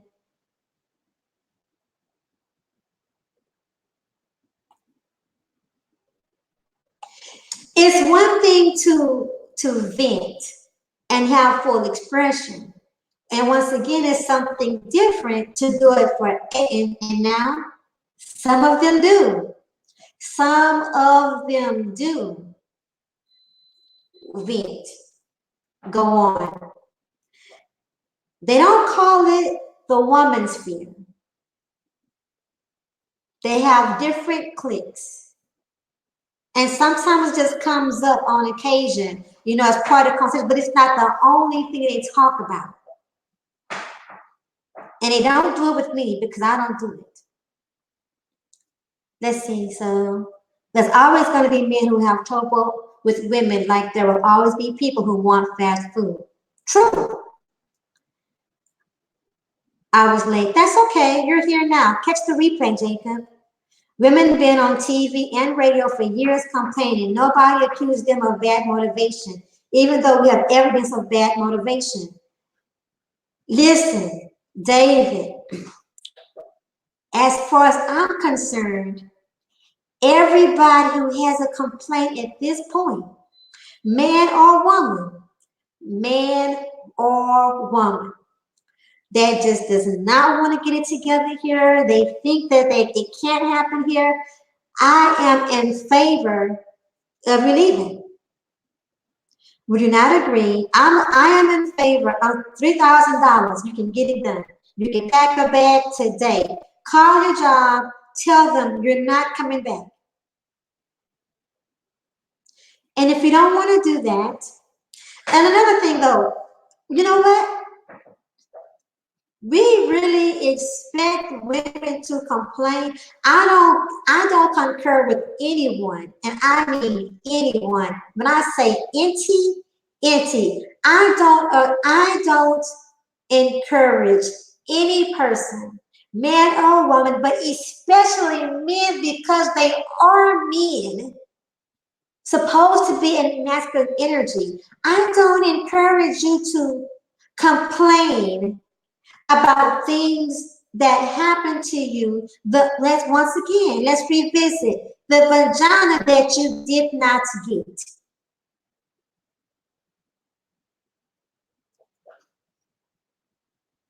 The vagina that you did not get. I do not hear women complaining about the penis that got away. Not the penis. I have yet to hear women talk about continuously over and over again, like that's their pain point, about the penis that got away. The penis? Nope, not doing it. Ain't seen it. If it's happening, I have not seen it. I have not heard it. I would not encourage it. I don't encourage anyone to complain about a relationship that they did have that went sour for whatever reason it ended badly, whatever reason. And it could be some very valid reason. It could be some BS reason. But whatever the case, I don't encourage anyone to complain for 20 years and to create a complaining group. Colorism equals complaining about penis that got away. Oh, David Monroe. You know what? I got to give it to you. That's a good one because I did not think about that. I did not think. We can talk about that. I didn't think about that. Okay, so ladies, once again, I do not think that you should be talking about the men that wouldn't date you because of your complexion. See, that's not my issue either. Now, when I tell you dark, I am a very dark-skinned woman. I didn't just get dark. This is not a tan. I was born dark. I was born dark-skinned. I even have brown lips. My lips are not pink. I have brown lips. I was born dark-skinned. But guess what? Reigning woman does not care. I do not complain about the boys. Boys. Some of these men are running to their 40s, 30s, 40s, 50s, talking about the girls, the teenagers, the fast little girls, by the way, that they didn't get.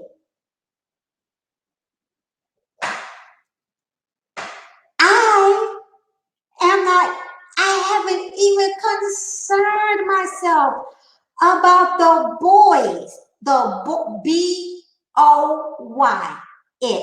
because that's what they were, boys.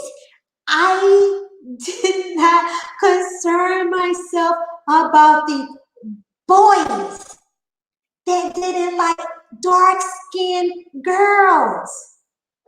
And when I grew up, when I stopped being a little girl and I reached teenage, I became a teenager. As a teenager, I didn't concern myself with the little boys that was not concerned with me as a little girl. I didn't concern myself with the teenagers that did not consider them, that was not concerned about me when I was a teenager. When I grew up to be a younger woman and now I'm a woman of mature age, I do not look back and say, where are the men? Where are the boys? Where are the men that used to be the boys that did not look for me when I was dark-skinned little girl? I can't make it make sense. Oh, and by the way, you're welcome to come back, Mother Loretta. Men and women have to do better with communication, self-empowerment, and forgiveness of self and those that hurt them. Yes, I cannot wait for us to talk some more. Rick, I cannot wait for us to talk some more. But yes, let me go back to the chat room some more. Darkness. Yes, dark. I'm telling you. It's about to see over you, though. See over you seeing pictures of me. You seeing recent pictures of me. You know I'm dark.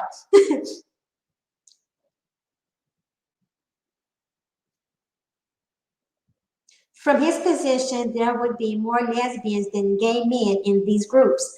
I'm just trying to find the balance, as I stated earlier, because you cannot have a conversation without including women.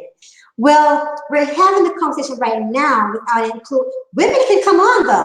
The panel, I will open this panel up. Well, actually, I will start another stream if women want to come up because I've been here for 2 hours. And I don't want this to be super, super long. So I can break it up.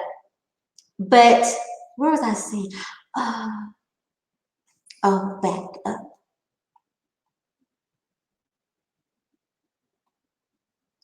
Darkness, yes, darkness. Darker the berry, the sweeter the juice. You know what? That's a popular saying, Jacob. But let me tell you, honey, Reigning Woman, I celebrate women of different complexions. I don't need a phrase, a catchphrase to make me feel good about myself.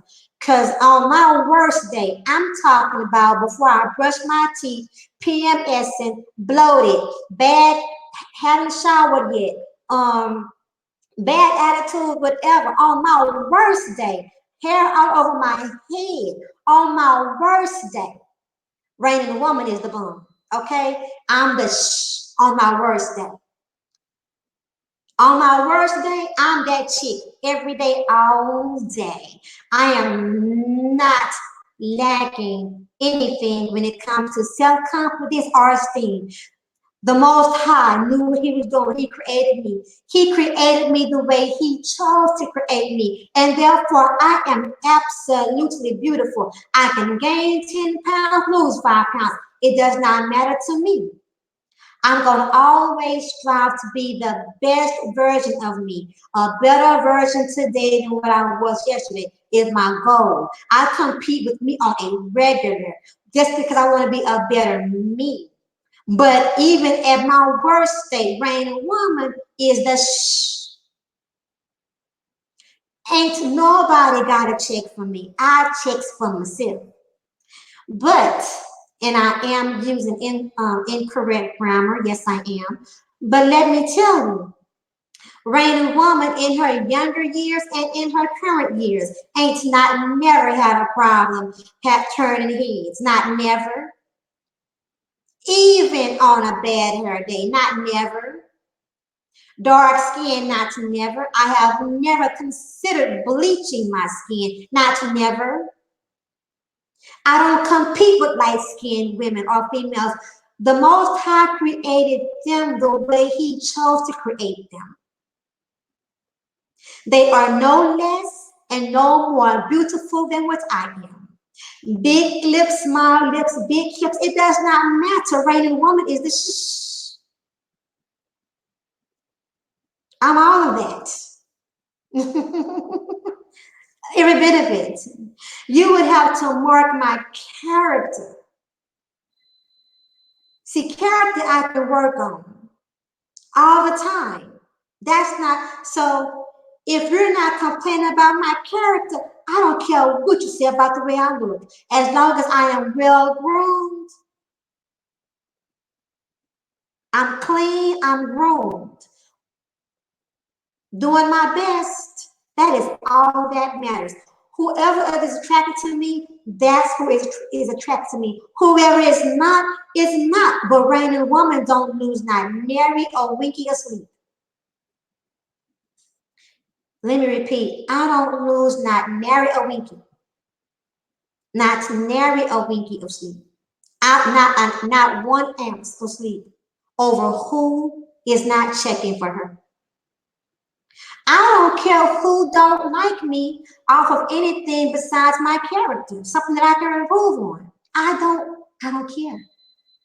I have a F it and F you attitude about it.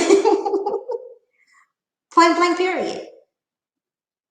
What else is going on? Men and women, okay. So we talked about that. Yes, I want people to get over this pain. We got to talk about it. Let's talk about, but here's the thing. They don't talk much about getting over it and about healing. So this is why I'm really looking forward to us working together or talking about this and seeing what we can do, the conversations that can be had. If someone doesn't like women based on complexion, they can keep it moving. Exactly, 6-figure days. Not everyone, no matter who you are, not anybody is everyone's cup of tea. There is not a single person on earth that is everyone's cup of tea. Good night.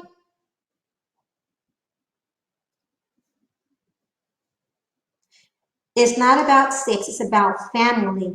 But actually to focus on the family and not effort. David Monroe. I agree. I am very family oriented and family centered. I love family. I don't know why, Silva, I don't know why you have all of those shocked emojis. I don't know. And Jacob says, I love you, sister, no matter what shade you are. Your personality is very wise. Jacob, that is the wisdom of the Most High. I take the only credit I can take for any knowledge or wisdom that is demonstrated or displayed. The honor credibility I can take for that is the willingness to accept it, listen to it, and yield to it. That is the only credibility I can take. But it is the wisdom of the Most High given to me either directly through him, her, or my family, or those around me, and or books that I read. So a combination of all of those things. How can I ease the pain when I know you're coming back again? I don't know what you mean by that, David Monroe. But David Monroe, let me say this to you, right? I appreciate you coming through tonight, David, and I appreciate you even giving some pushback. And the reason being, number one, because I remember the slight fallout that we had on another person's in another person's chat room or channel and having me blocked, right? No, not even there from, yeah, and from a comment section. So, and then blocking you. And I remember you letting me know that that was not your intention and you actually asking, to be unblocked and me unblocking you. And you've come through, I think maybe once or twice since then. And this is your first time being over here since. So I want to acknowledge you for your persistence, your patience, your pushback, and your willingness. Truly. I appreciate you. I appreciate your ability to clash, but for the clashing not to hinder a possible growth or a possible inclusion, conversation, progression, whatever. I appreciate that. And that to me is huge. So I want to acknowledge you for that. Yeah, hit that like button if you have hit the like button. And for everyone to hit the, that came through and hit the thumbs down button, I appreciate you as well. And thank you. Thank you for, acknowledging the screen. Anyway, I am being lighthearted, but I'm saying men have complaints and people must listen. David, yes, listen, complain. I get it. But if people don't share your complaint, they should not be forced into having your complaints projected onto them. And I don't think anyone wants to listen to anyone complain all of the time. You can be the most handsome man, you can be the most financially secure man, and the same thing for women. You can be a beautiful woman. You can have a lot going on for yourself. But if you complain all of the time, people will get sick of you. People will get burned out. They will get drained. They will get tired of you. And a lot of people will actually avoid you. Especially people that like solutions. And I'm one of those people. I like solutions. That's one of the reasons why when I was inspired by someone else, Mr. Research, by the way, inspired me to check on the cost of relocating. So when I did that, that's because I wanted to share a solution. Oh, along with my complaint. My complaint is these men complain too much. My complaint is they cry and whine too much. And they shouldn't be whining and crying all the time. I mean, I don't know. I mean, I feel like I should go into my purse like a grandmother and pull out a Kleenex and just start handing them out. One time I was tempted to just sell pink pom-poms, red pom-poms, and blue pom-poms. And my complaint is when men don't call other men out the same way they want women called out, or they call out women, but they don't want to be called out. Make it make sense.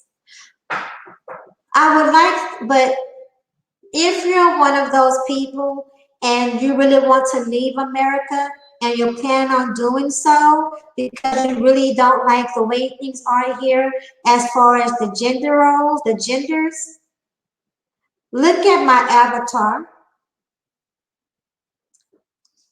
If you can't read it, let me read it for you. It says, if you leave, please stay gone. If you leave, please stay gone. By the way, I do have access because I have an expansive network. So I also have travel agents in my network. I have people that have like network marketing businesses for travel. If you want some extra help getting out of the country for that, let me know. Let me know, and I will reach out to. But listen, they do not do this for free. So yes, you will have to pay them for their services. They are professionals. They are professionals, and you have to pay them for their services. Get them pom pom from AliExpress. But so once again, this is my reaction video to ARC's frustration and tired video. I left the link in the description box, and 650 Days has been absolutely awesome because she has dropped the link several times in the chat room. Let me see. Matter of fact, I'm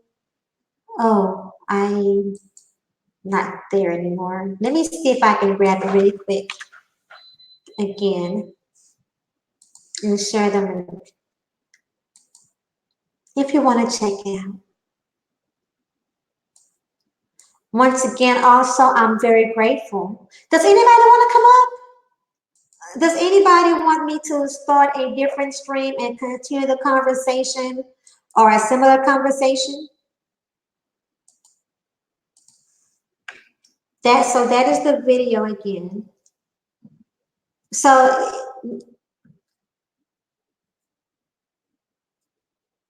I agree, guys.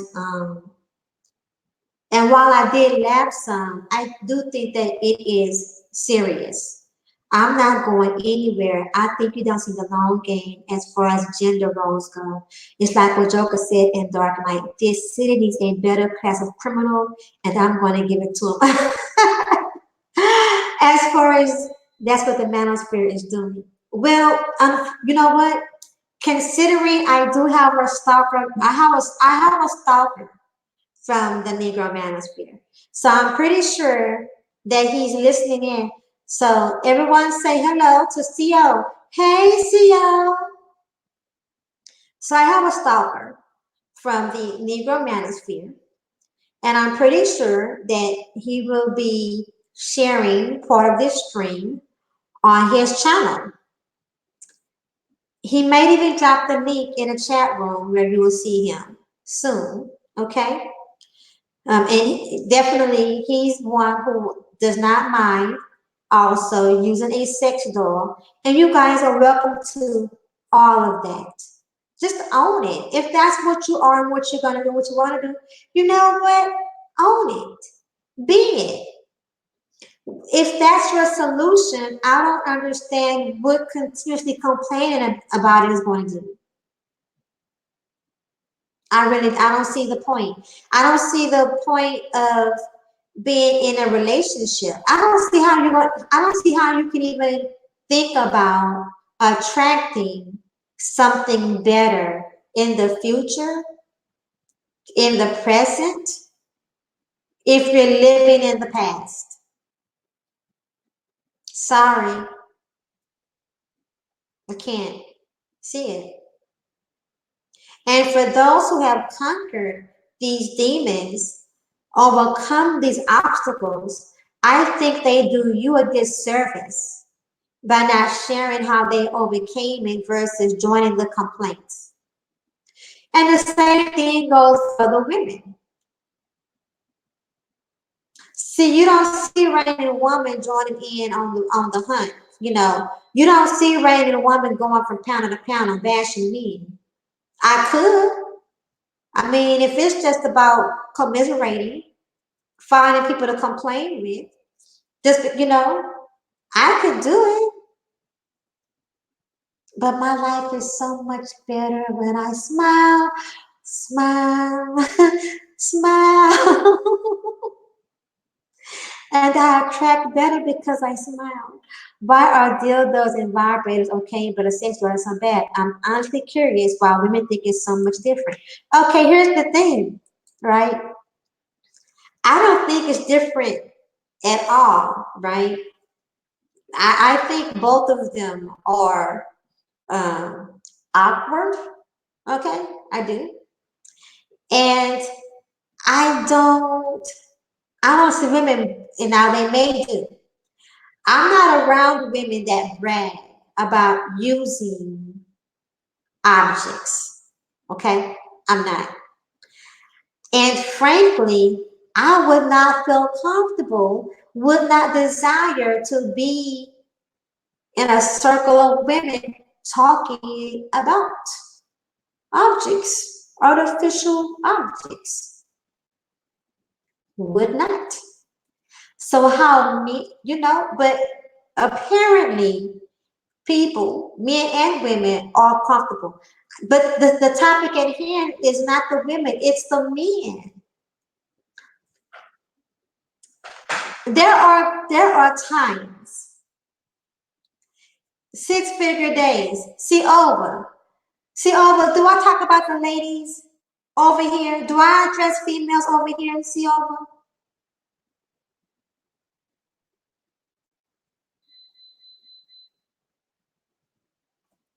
Matter of fact, see over, won't you come get see over, won't you come get on the panel? If you can.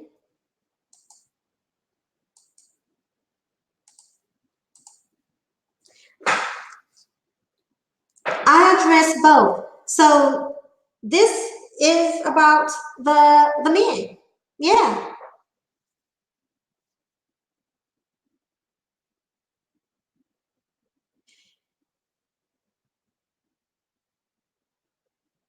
And once again, if that is a solution, David, even though I think it's weird, if you have a solution, why are you complaining about something you have the solution to? Why are you still complaining? You know what?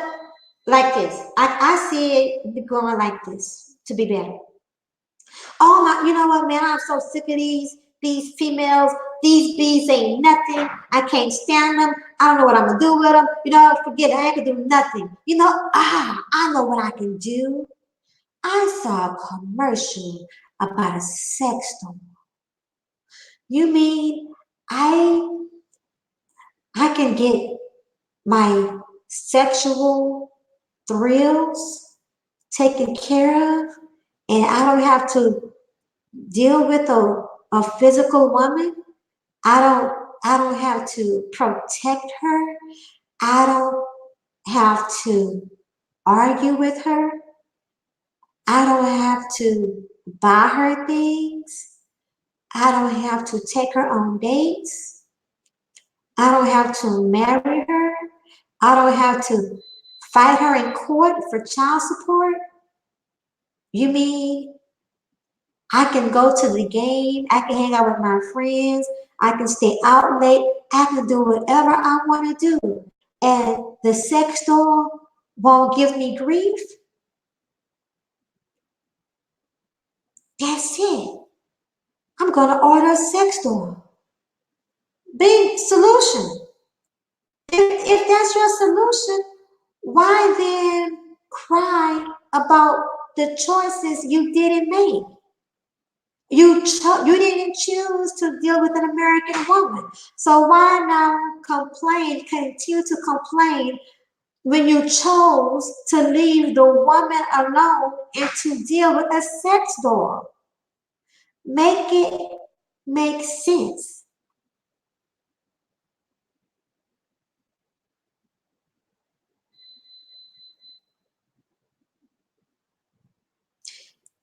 But if you want to take her sex doll out on a date,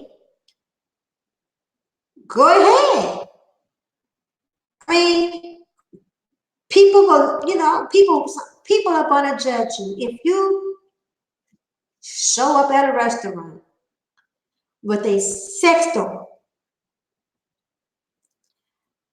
because you want company at the restaurant, but you don't want to pay for her meal. Yes, people will judge you. Yes, people will whisper, they will snicker. Somebody might throw something at you. They will laugh. Somebody's going to question you. And at the same time, I'm sure somebody will relate. Somebody will be like, well, if he can do it, I thought about it, but I didn't think I should do it. But if he can do it, I can do it too. And then they'll be inspired to go out with their sex doll. And then y'all might could have double dates with your sex dolls. Now I think they make sex dolls for women too. I'm not sure. Hold on, let me check. Sex dolls for women. Hold on, sex dolls for women. Sex dolls for women. Well, look at that. Male, ooh, wasn't ready for that. So please do not start putting porn on my computer for clicking on this link.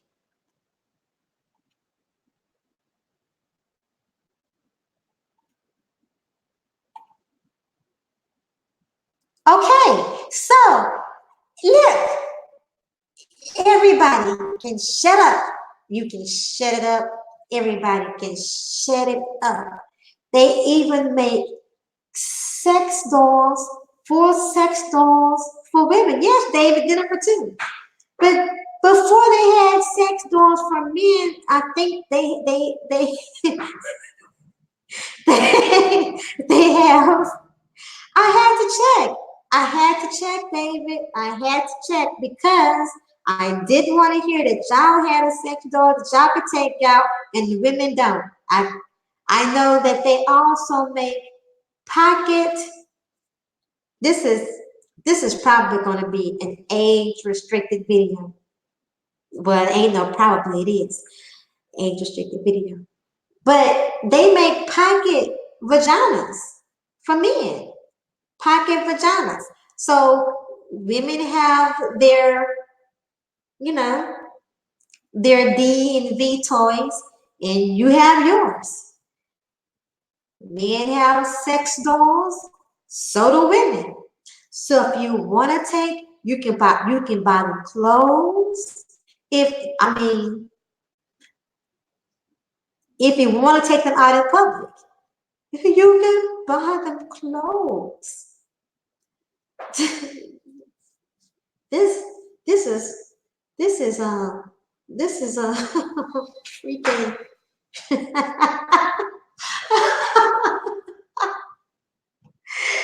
y'all could go on double dates. Like, look, you might could even build a good friendship with somebody over this. Yes, everybody's got a pocket. Everyone has a pocket partner. That's what I'm gonna call it, a pocket partner.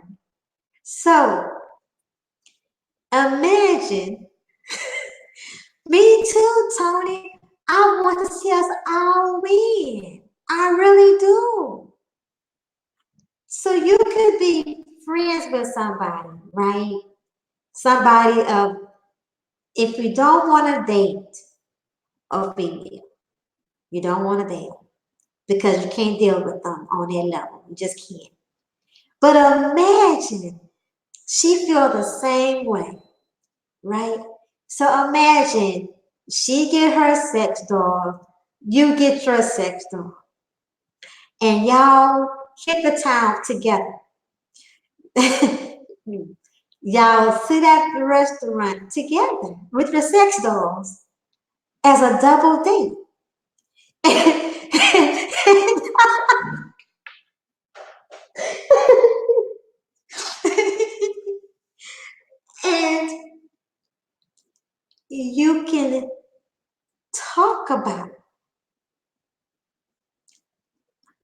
the things you like about your partners, your plastic partners. So they build them, Jack, and so you can learn about the opposite sex by talking to the opposite sex about what you like and what you get from your doyle, and then you might can learn, maybe you might can learn how to actually really relate to a physical person. You know, imagine you might can even marry your sex doll. Imagine, imagine you can travel with your sex doll. I think you can. Let's see. Hold on. Are they transportable? Hold on a second. That is a lot of money for. Oh, but it's a one-time. It's a one-time payment. That's a lot of money for a sex doll, but it's a one-time payment, right? So let me see. Can you fold them up?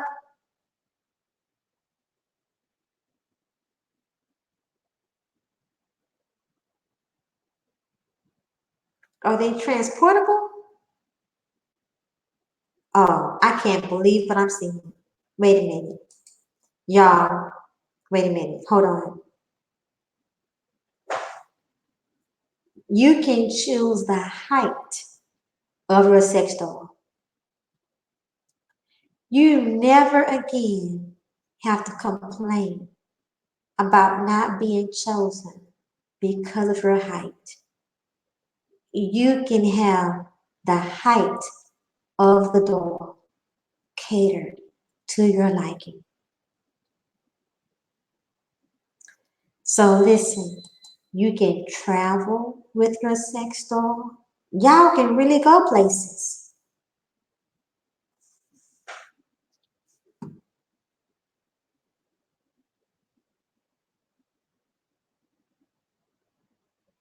Jack Spade said, I like my women like I like my motorcycles. Black.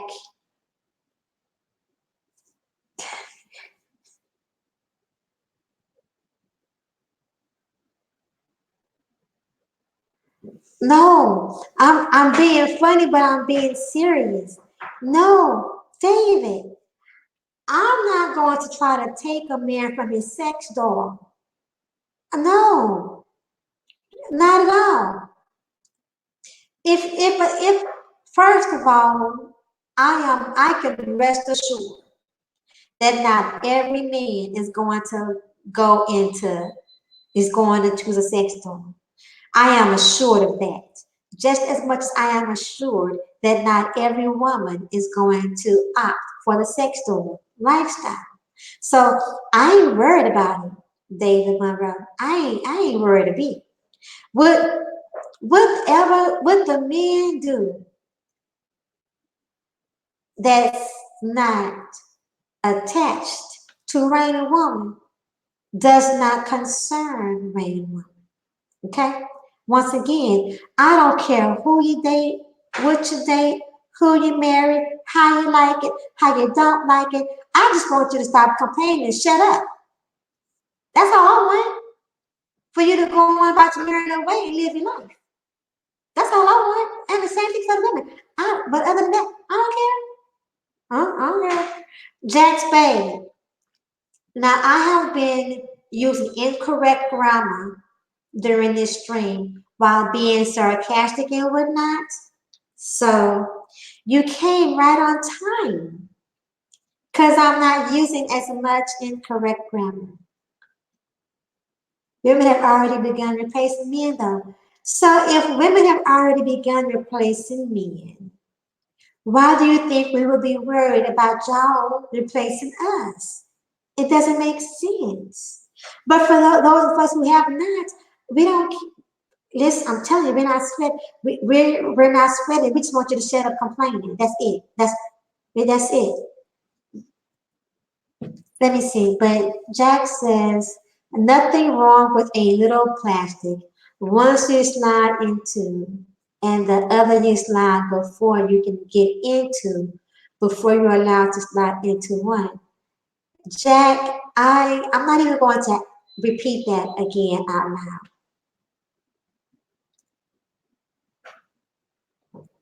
loud. Okay, David, you being funny. Okay, so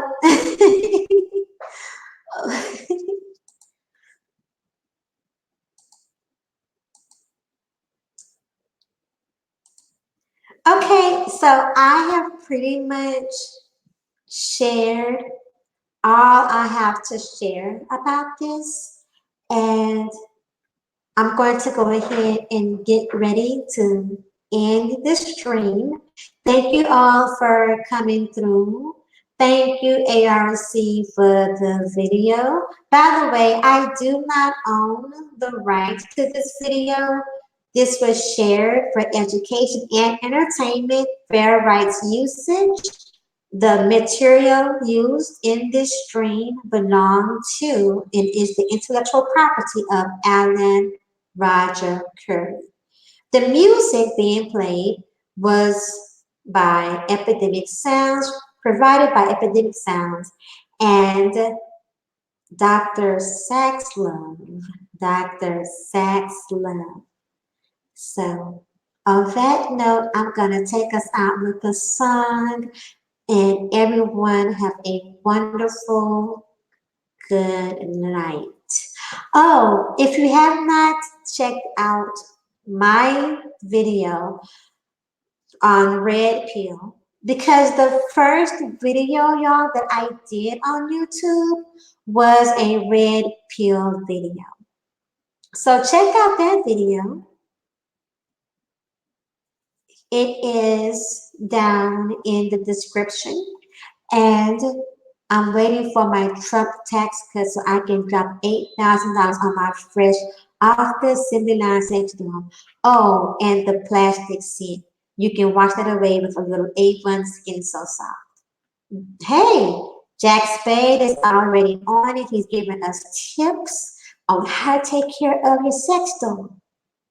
$8,000, but it's a one-time fee. Okay, so let me get ready to get out of here. Thank you all so much. And outro song. What should I do for an outro?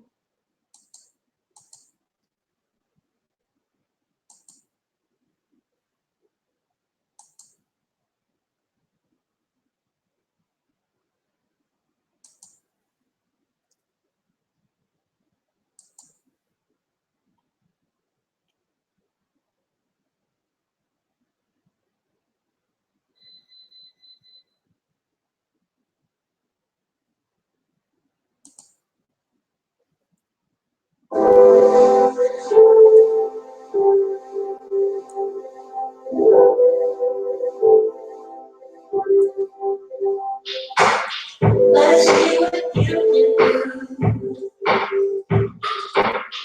You think you're so handsome. You better think this through.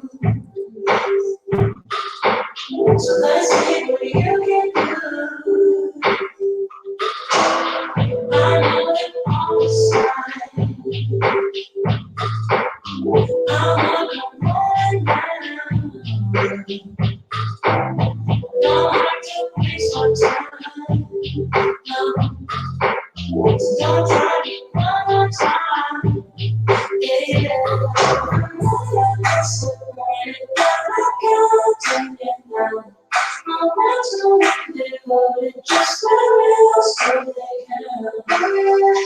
Oh yeah, someone has to go. Oh yeah, they never know this desires are